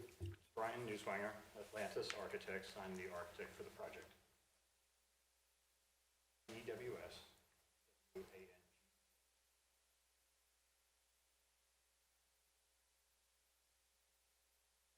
Okay, Mr. Newswanger.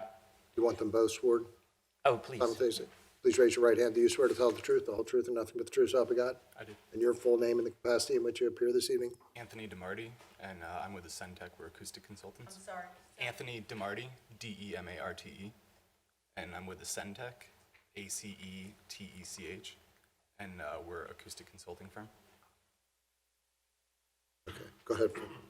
Okay, starting with Brian. Brian, can you please explain the plans? There's three of them in Exhibit A9. Essentially, what is new here, and what have you added? What we've provided is, in response to some questions that were raised in September, clarification on the height of the handrail, the height of the roof deck, and that's been included on drawing A2.0, which shows that the height of the roof deck is at 19 feet 2 off grade, and the height of the rail is 21 feet. So that means that your handrail is 2 foot 10 high, as required by code. And in addition to that, in response to some of the questions that were raised regarding sound transmission, we have added, or we further clarified the really intent of the rooftop dining, which is seen here in this plan, which indicates the seating arrangement that has not changed. But what it does do is show that majority of the area facing to the east is screened by the staircase, a secure storage room, and a toilet room that serves that dining area. There was an area approximately 28 feet long that ran from that area to the front, which would be to Eagle Road, where we are actually providing a soft wall, a green wall, that runs 8 feet high. So as you can see in scale, well above our patron's height. So that does two things. It creates an edge to our dining. It also further creates a sound barrier, so there's absolutely no sound transmission to the east because of concern over the sound from one of the neighbors in the apartment building further to our east. So it, as I say, achieves two things. It enhances our plan and also eliminates that issue. I have nothing further for Brian, unless the board. Questions? Bill? None? You, Mr. Newswanger. Penny? No question. Jessica? No questions. Ed? No question. Okay, Okay, proceed. thank you. Anthony, is your resume included as Exhibit A10? Yes. Okay, and are you an expert in the field of acoustical engineering? Yes, I graduated with a degree in mechanical engineering and a concentration in acoustics, and I've been consulting on projects nationally for the past 3 years now. Okay. Exhibit A11 is a November 5th, 2019 acoustical analysis report. Did you personally perform the readings and draft that report? Yes. Okay. Can you explain what you measured and what assumptions you made as part of your analysis? Sure. So as a part of my study, I conducted a noise survey of the site currently to establish the current noise environment. That way we can establish the current ambient background level, average levels, and then, maximum levels due to traffic and other allowed events. So I conducted a noise survey. I measured for 30 minutes on the corner of the street there. And then I also made assumptions towards predicting noise on the roof to assume noise transmission to the neighboring property line. My assumptions for that were that the rooftop area would be at maximum capacity, which I assume 75 people. And out of that 75 people, there would be one person for every two people talking, which is a conservative assumption. Usually in conversation, it's going to be 3-4 people and only one person's talking at a time. And using that amount of people and then also the ANSI standard for raised voices, I calculated the predicted noise on the roof if you were standing directly on the roof, and that's shown in Exhibit A11. Exhibit A11 on my figure 2 there, or sorry, figure 3, on the second to last page. That red line there shows the predicted noise if you were standing on the rooftop area, if you're like situated right in the center of the dining area.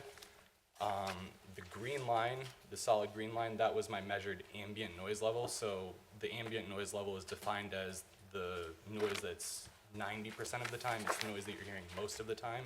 It's not, buses or loud trucks going by. And then this purple line at the bottom there, that is the predicted noise level due strictly to distance attenuation, not taking into account the parapet or other barriers that Brian was talking about before, just strictly, the attenuation over the distance. That purple line is shown there, which is, it falls equal or below the ambient noise level measured, so it's not gonna have an impact on the overall noise environment on the street. And then, in addition, the parapet will also include at least 5 to 15 decibels of additional attenuation. So it will be near inaudible on the street and will be inaudible inside any residence with the window shut. Anything else you want to say? I do not think so, no. Okay, that's all the questions I have. Right, I had a question. Bill? During ambient, when you measured ambient noise, what time of day was it, 30 minutes? Yeah, this was around 8 p.m. On a weekday.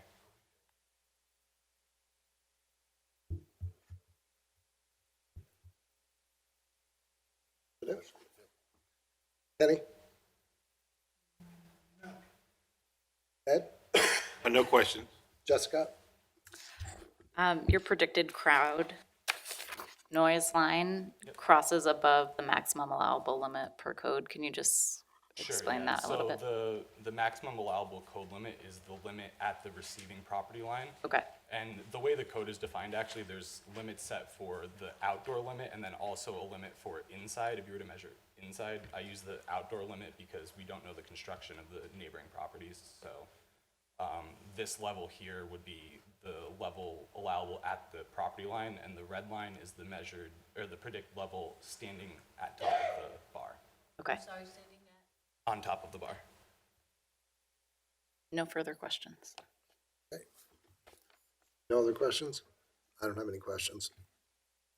Thank you. So Finn. based on that, I would move for the admission of exhibits A1 through A12, and we would rest. Okay, they're admitted. That, I'll ask if there's anyone present that received certified mail that wishes to testify. Anyone that received regular mail? Any other residents of Haverford Township? That will close the record on this case, and a decision will be rendered at our first regular meeting in January of 2020, which those meetings have yet to be scheduled, but the township will notify you of the date. There's no way we can, as short as this presentation was and small as the exhibit packet was, there's no way we're going to be able to finish the other cases and do a decision tonight, and we have to end by 11, so. Understood. Thank you. That's it. Thank you.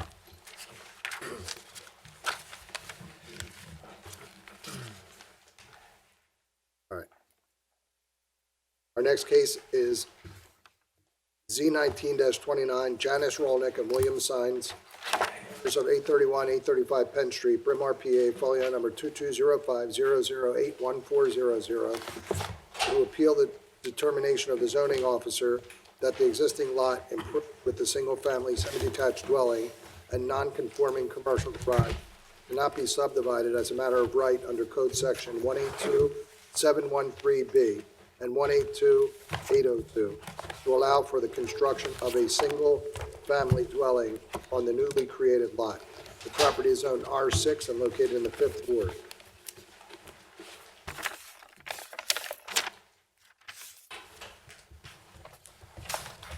How you doing, Fred? Good evening. Thank you, Mr. Chairman. My name is Fred Fromhold. I'm an attorney and represent the applicant, Janice Rolnick. This property at 835 Penn Street is owned by Janice and her husband. I have exhibit packages that I would like to hand in to each of you. They contain 12 exhibits, A1 through A12, and we'll be referring to them during the course of our testimony. This is largely a question of law, a question of ordinance interpretation for you. There is no request for a variance. It's a straight appeal from a determination that has been made by the zoning officer with respect to the subdividability of the lot, which is at 835 Penn Street and contains 16,000 square feet. It's located in the R6 residential district. So with that, let me, if I may, hand in.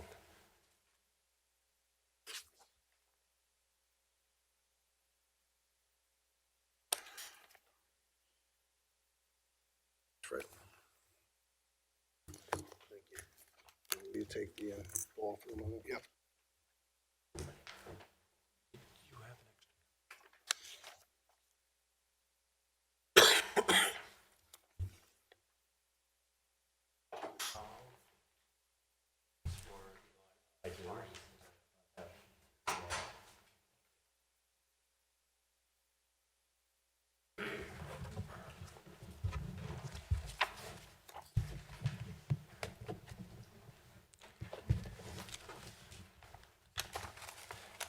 We will have one witness whose testimony we will offer to you. That's Dennis O'Neill, civil engineer with Herbert E. McCombie Civil Engineers. Mr. O'Neill has prepared the subdivision plan that had been presented to the zoning officer, Kelly Kirk. If I can just go through these exhibits with you so that you know what we will be referring to during the course of this hearing. Exhibit A1 is the zoning application, which contains the required information, certification. It sets forth the basis for the appeal in paragraph 5.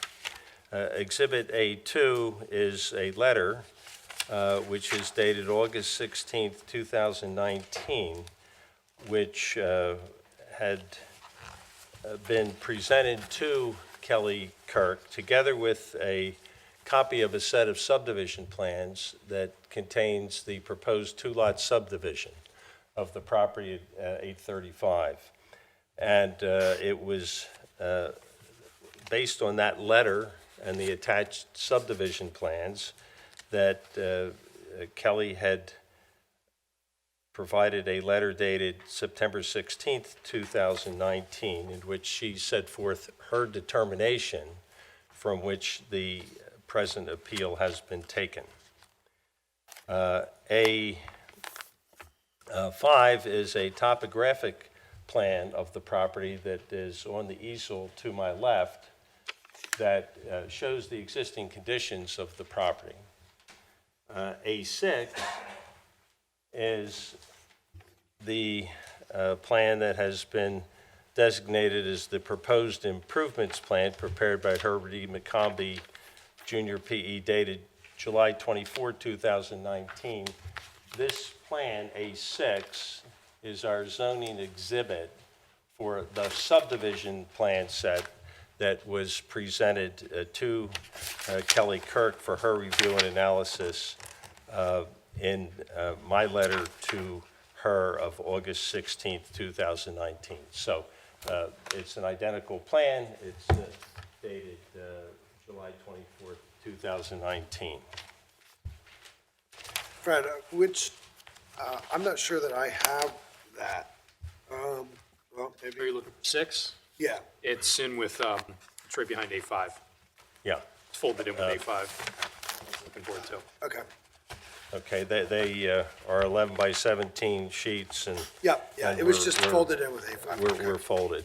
So we have a 5 and a 6, and then behind that is a 7, which is a aerial view taken from Google Earth that shows the location of the house on Penn Street, and it's at the center of that aerial, and it's denoted 835 Penn Street. A8 is a Google Earth street view of the property that looks down the existing driveway that is essentially at the center of the lot as it now exists. And let me turn this upside down so it's right side up. So Penn Street is at the bottom here. The driveway goes into the lot with the garage at the right rear of that lot. So you're looking at the lot as you would see it from Penn Street. A9 has two street views. The view at the top of A9 is looking into the site from the driveway that is to the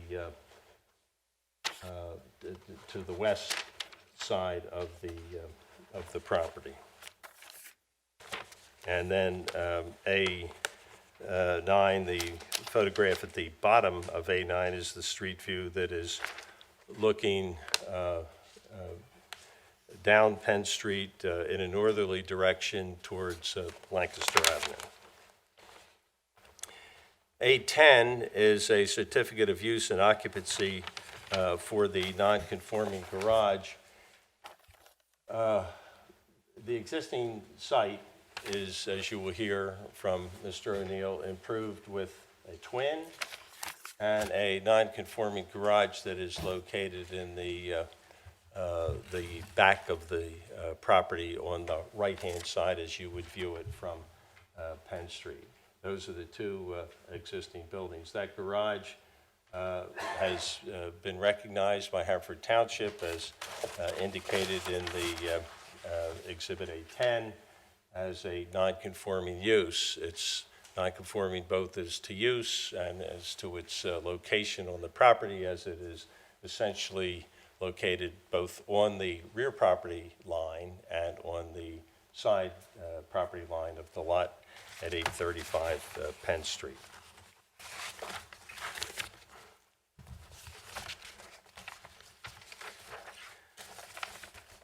So as I said, this comes before you on an appeal. The newly created lots, both Lot 1 and Lot 2,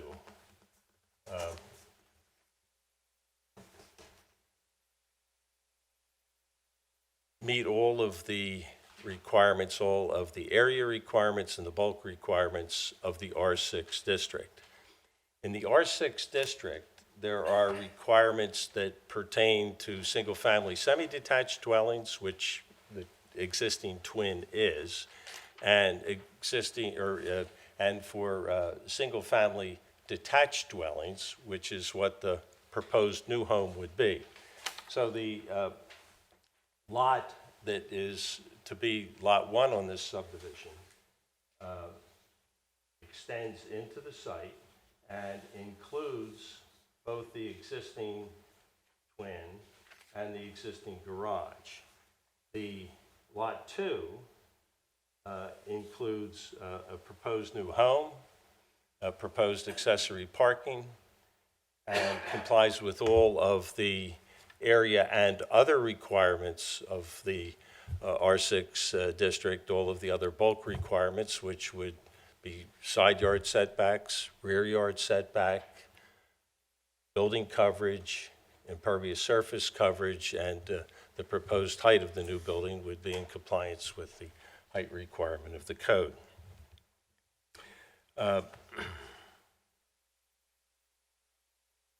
The letter dated September 16th that has been marked as exhibit, Ms. Kirk replied and set forth her determination. And her first determination is that the proposed subdivision would violate section 182-713B of the code, since the existing garage does not comply with the various requirements of the zoning district, including minimum setbacks, maximum size, and permitted accessory uses of a residential property. So that was her first determination.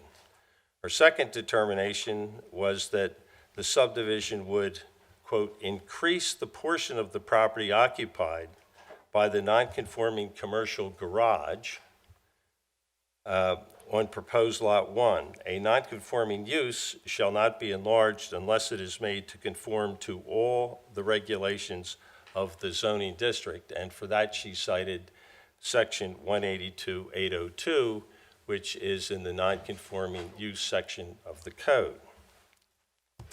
The applicants submit and will argue to you that that interpretation is not correct. The R6 area and bulk regulations that are applicable to both lots and Lot 1 and Lot 2 are met. The plans demonstrate this, all of the compliance chart, and I'm going to reverse this now so that you're looking at it with Penn Street at the top of the plan. All of the compliances are demonstrated by that chart. The nonconforming commercial garage that is to remain in the rear of the property, that is not to be moved, it's not to be enlarged, it's not to be altered in any way, it's just staying right where it is as it is. So that the suggestion in the determination that there would be some enlargement in connection with that nonconforming use, we take issue with. I believe that the analysis by Ms. Kirk was that since the lot on which the garage is located will be smaller than it is now, that somehow or other that creates some enlargement of that nonconforming use. And we would submit to you that that's not the case. The nonconforming use is the garage that is used for the storage of and parking of vehicles, that's not being enlarged in any way. That will remain identical. And you will hear testimony from Mr. O'Neill to that effect.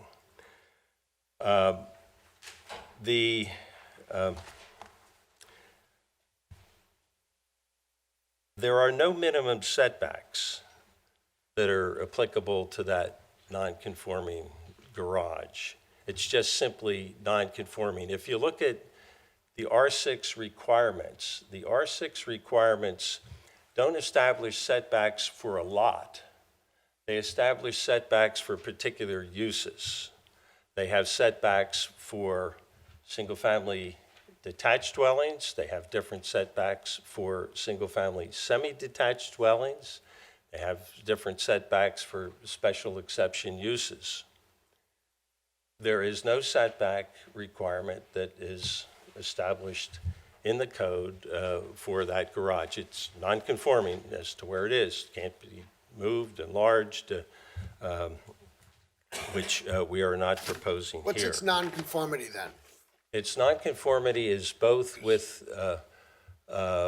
respect to use and that is established by the non-conforming certificate, and it is a building that is within a yard where you could not otherwise locate a building, even if it were an accessory building. By definition, it's not an accessory building. Accessory building is a building that is customarily incidental to. It has to be subordinate, it has to be incidental, and it has to be customary under the definition of accessory building. It's none of those in this instance. It's simply It's a garage. It's a non-conforming commercial garage as opposed to a. And there's no setback requirement for such a building? The code is silent as to that. Now, what we have done here in subdividing the lot, we have nevertheless continued that minimum side yard setback so that the new line that divides Lot 1 and Lot 2 will honor the rear yard setback for the new home that would be built on Lot 2, the single-family dwelling. And it will also provide and show a continued side yard setback where that new lot line is created. The existing lot line on the west side of the garage, on the side, and on the south side of the garage, that is what it is, remains the same. The garage happens to be, and you'll see in the photographs, and you can see in the street view photographs that we've introduced, it has a party wall with a garage that's on an adjoining property. Again, that will not can be I just disturbed. ask again, are you suggesting that the only existing nonconformity of this garage in that location is because it was a commercial use? No, I'm saying that if the garage was built as, I'm just, the garage as is, no ifs, just as is, what's the nature of the nonconformity? the nonconformity is as to use, It's to use, Period. commercial use, period. You think that's the Period. only nonconformity existing on this property? under the code. Now, if I can add to that, if that garage existed, if the use were changed to a conforming use, and that use was a private garage, if that garage were used as a private garage, it would be non-conforming to the lot lines because there are setbacks that are applicable to the accessory uses.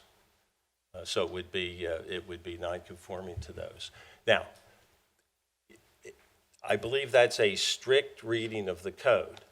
It could be, and this hasn't been addressed, it could be that an interpretation is that it is also non-conforming to a yard setback, although the R6 district, if you look at what the yard setbacks are, they apply to only the buildings that are listed.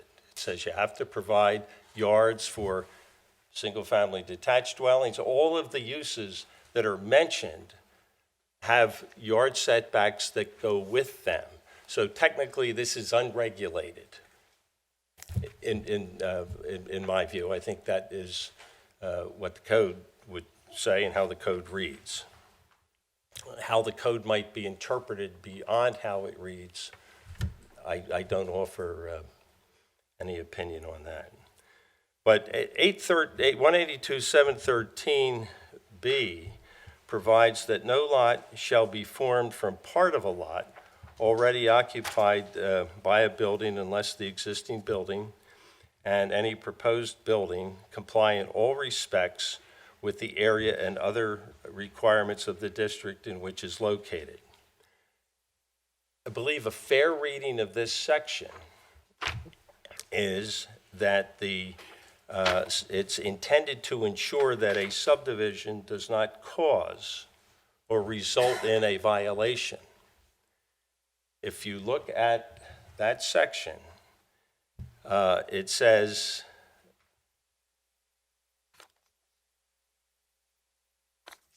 that complies in all respects with the area and other requirements.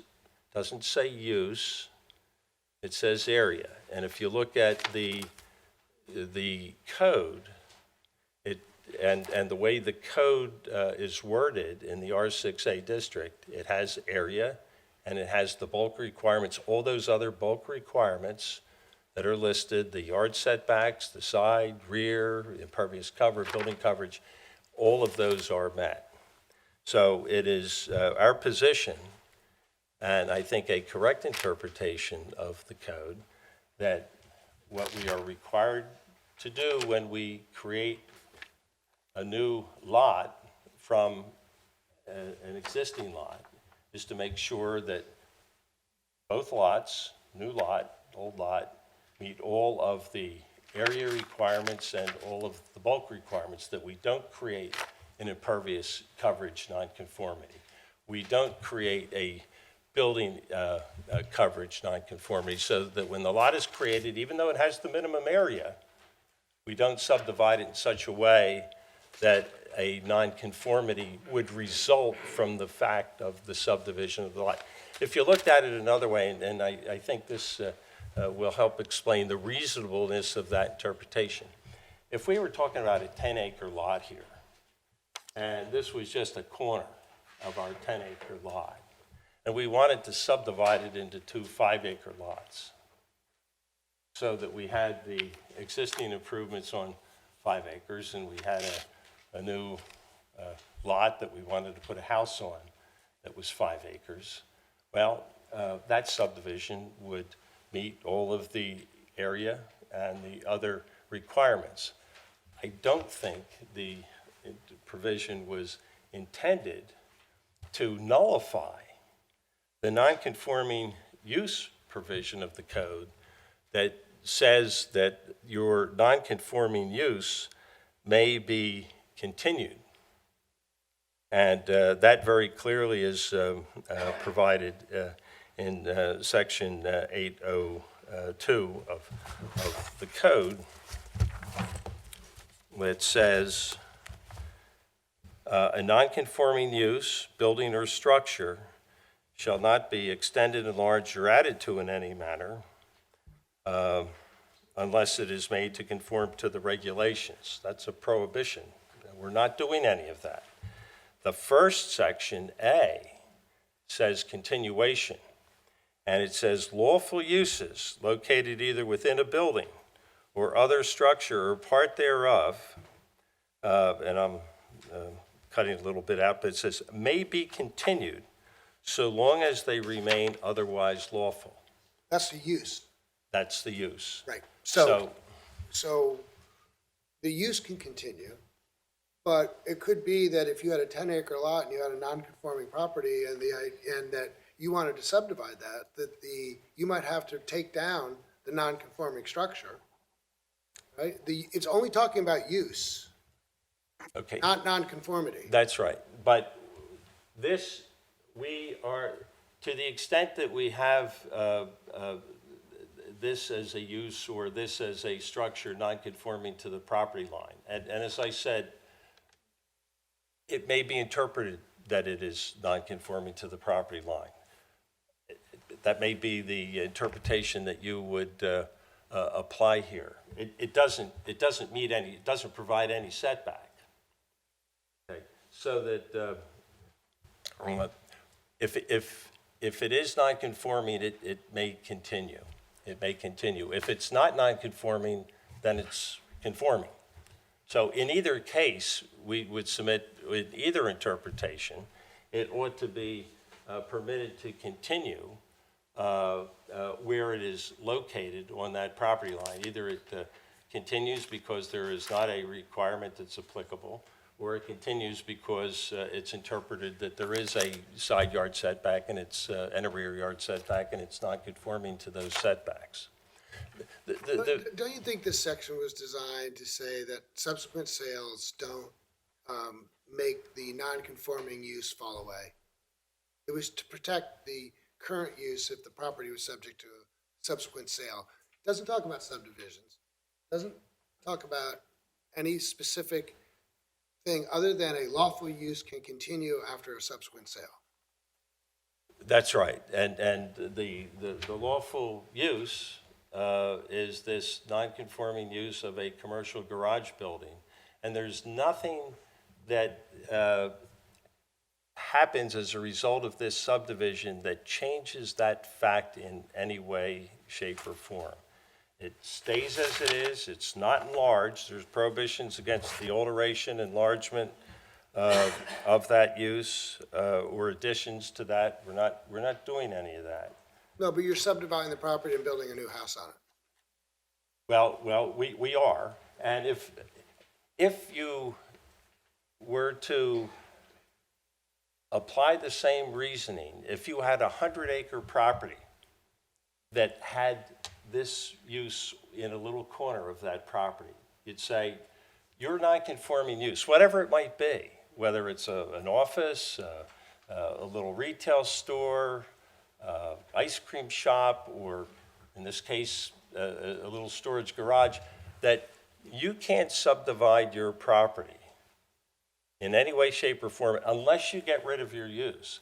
And I think that effectively would be a provision that would, I think under the Moon Township case, be retiring. The effect of that, as interpreted, would be that it would force a retirement of a non-conforming use when there was nothing whatsoever that was affecting that use. It wasn't becoming any more non-conforming because of the subdivision. So that is our analysis. I would like to call Dennis O'Neill, who can verify all of the compliance of both lots with the bulk requirements, those other requirements of the code that are referenced in the section in question. So Bill's going to continue to chair this hearing. I just want to address the Eric and Amy Gorman. Are you guys hanging around? In the back.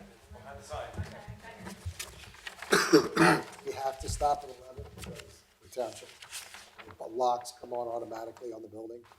And once the locks engage, we have to stop our public hearing. So I'm probably going to have to continue you guys to our next, regularly scheduled meeting, which won't be until probably 10 days into January. So is there anything urgent about the fence? No, I mean, you guys won't be harmed. I just wanted to let you know. I should have let you know earlier, but I thought we might cut through these. And to the extent there's any residents that are here, I don't think we'll get to them on this case at this point this evening anyway, so we may as well continue along this line. All right. Thank you. Dennis, if you would be sworn. Yeah, Dennis, do you swear to tell the truth, the whole truth, and nothing but the truth, so help you God? I do. And your name and address for the record, please? Dennis O'Neill, I'm a professional engineer with Herbert E. McCumbee, 1000 Palmer's Mill Road, Media. Dennis, how long have you been a professional engineer?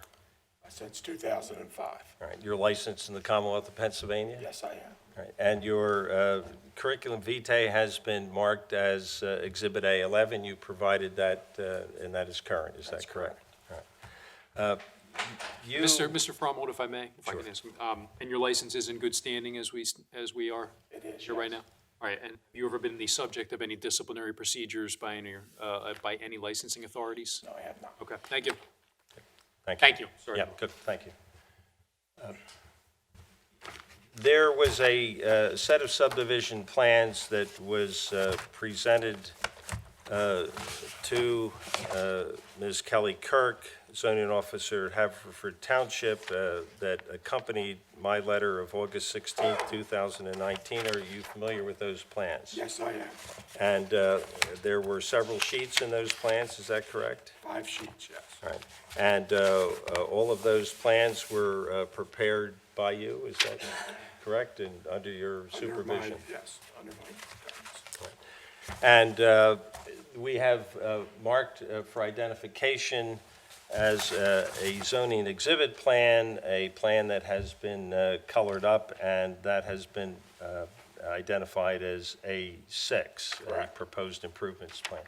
Is the plan that has been identified as A6 the same plan that was presented to Kelly Kirk with the letter of August 16, 2019? Yes, it is. It is a combination of sheet 1, which was the subdivision plan, and sheet 2, which is the grading plan. Now, can you tell the board if you also prepared an existing conditions plan? We did, yes. And that plan has been marked A5, is that correct? That is correct. Would you describe to the board the existing conditions on the property? Yes, the existing conditions on the property, as previously noted, is a 16,000 square foot net site area in an R6 zoning district. It contains an existing single-family detached, semi-detached dwelling, which is half of a twin, a rather large, expansive driveway entering the property in the center, and the subject non-conforming commercial garage to the southwest corner of the site. The existing dwelling is 912 square feet. The existing garage is 2,145 square feet. The existing building coverage on the site is 19.73. Total impervious coverage on the existing site is 54.43%. I also want to point out on the existing topo plan, which has been previously discussed, that the westerly wall of the property is a party wall with an existing garage, which supports both structures. The rear property line, the rear wall of the garage along the property line acts as a retaining wall that provides for approximately a 6-foot drop in elevation to the two properties to the rear of the garage, and there is a continuing retaining wall along the back of the driveway and continues to the corner of the property, which allow for the elevation differences to all the properties that abut the property to the rear. I think you referred to the existing dwelling as a twin, and the code would refer to that more specifically as a single-family semi-detached dwelling. That's Is that correct. correct? Okay. They're interchangeable terms. Now, you also prepared a zoning exhibit, as you have just described it, and that is A6. Can you describe to the board that plan and first identify where the subdivision lines occur, and then the improvements that will remain on Lot 1 and the improvements that are proposed for Lot 2? The proposed subdivision line runs down the center of the existing driveway to a point approximately at the patio, and then it proceeds westerly to the lot line. You can see on our plan, it's approximately 12 foot from the existing garage and driveway that is to remain. That forms Lot 2, which is 4,856 square feet. The code permits a lot of 4,000 square feet. The remaining lot, which we're calling When you Lot 1. say the code permits 4,000 square feet, that is 4,000 square feet that's minimum for a single-family detached dwelling? That's correct. The remaining lot, which we're calling Lot 1, which is The remaining portion of the ground from the proposed lot line eastward and the rear portion of the lot for the full width of the lot will contain 11,144 square feet. The code requirement for a lot with a single-family semi-detached dwelling is 3,000 square feet. So both lots would conform to the respective lot size. The proposed dwelling will be set back 23 feet from the right-of-way line. The requirement in this single-family detached is 20 feet. However, in accordance with the ordinance, we're required to determine the median setback along the street, which we've done, and that median setback is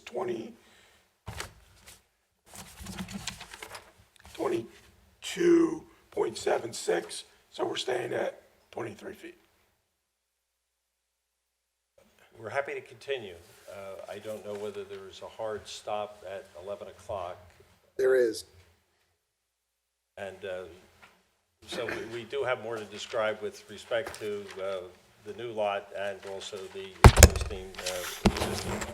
Well, unfortunately, our meeting schedule for next year won't be set until our reorganization meeting in January. So I can't give you a date specific at this moment, but it will be our first regularly scheduled meeting for January 2020. Thank you. And I presume that will be an advertised meeting. Yes. So with that, this case is continued until such date. Thank you. Thank you. Board, I would like to Take them home. conclude to request to be made a party to the proceeding, assuming that can be done quickly.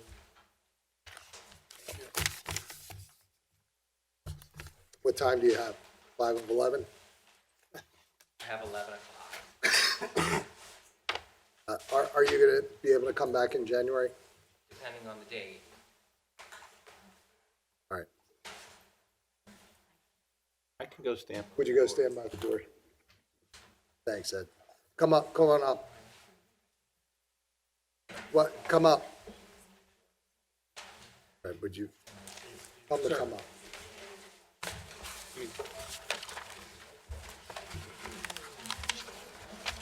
So one of the board members offered to go stand by the door. So if you want to stand at the podium, we'll, Thanks. so please raise your right hand. Do you swear to tell the truth, the whole truth, and nothing but the truth? So I do. help you God? And your full name and address for the record? Stephen Sutton, Steven Sutton. I live at 836 Penn Street. And where is that in It proximity to it the? is diagonally across from the subject property. Okay, and you're requesting party status? That's correct. Fred, any No objection? No. Okay. So Stephen will be a party to the proceedings, and you understand what that means? Yes. You'll be able to examine witnesses, et cetera, et cetera. Okay. That's it. Thank you. You're in. Thank you. Thanks. Okay. With that, Is there any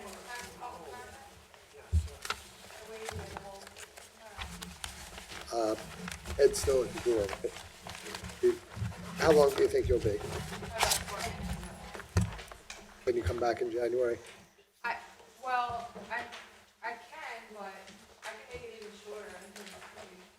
What case is it related to? This case, right? Not for this case. Oh. No, for the Booker case, for the, Oh, we for the can't. Rocker case. In order for us to take any testimony on that, all the lawyers have to be present. Oh, okay, even if it's a public comment? And I think I heard you say earlier, you don't want to be Well, cross-examined. I didn't want to be made part of the case, I just wanted to make a public comment. I would be informative in public comments. No, well, for the record, we're adjourned. I'm going to talk to you.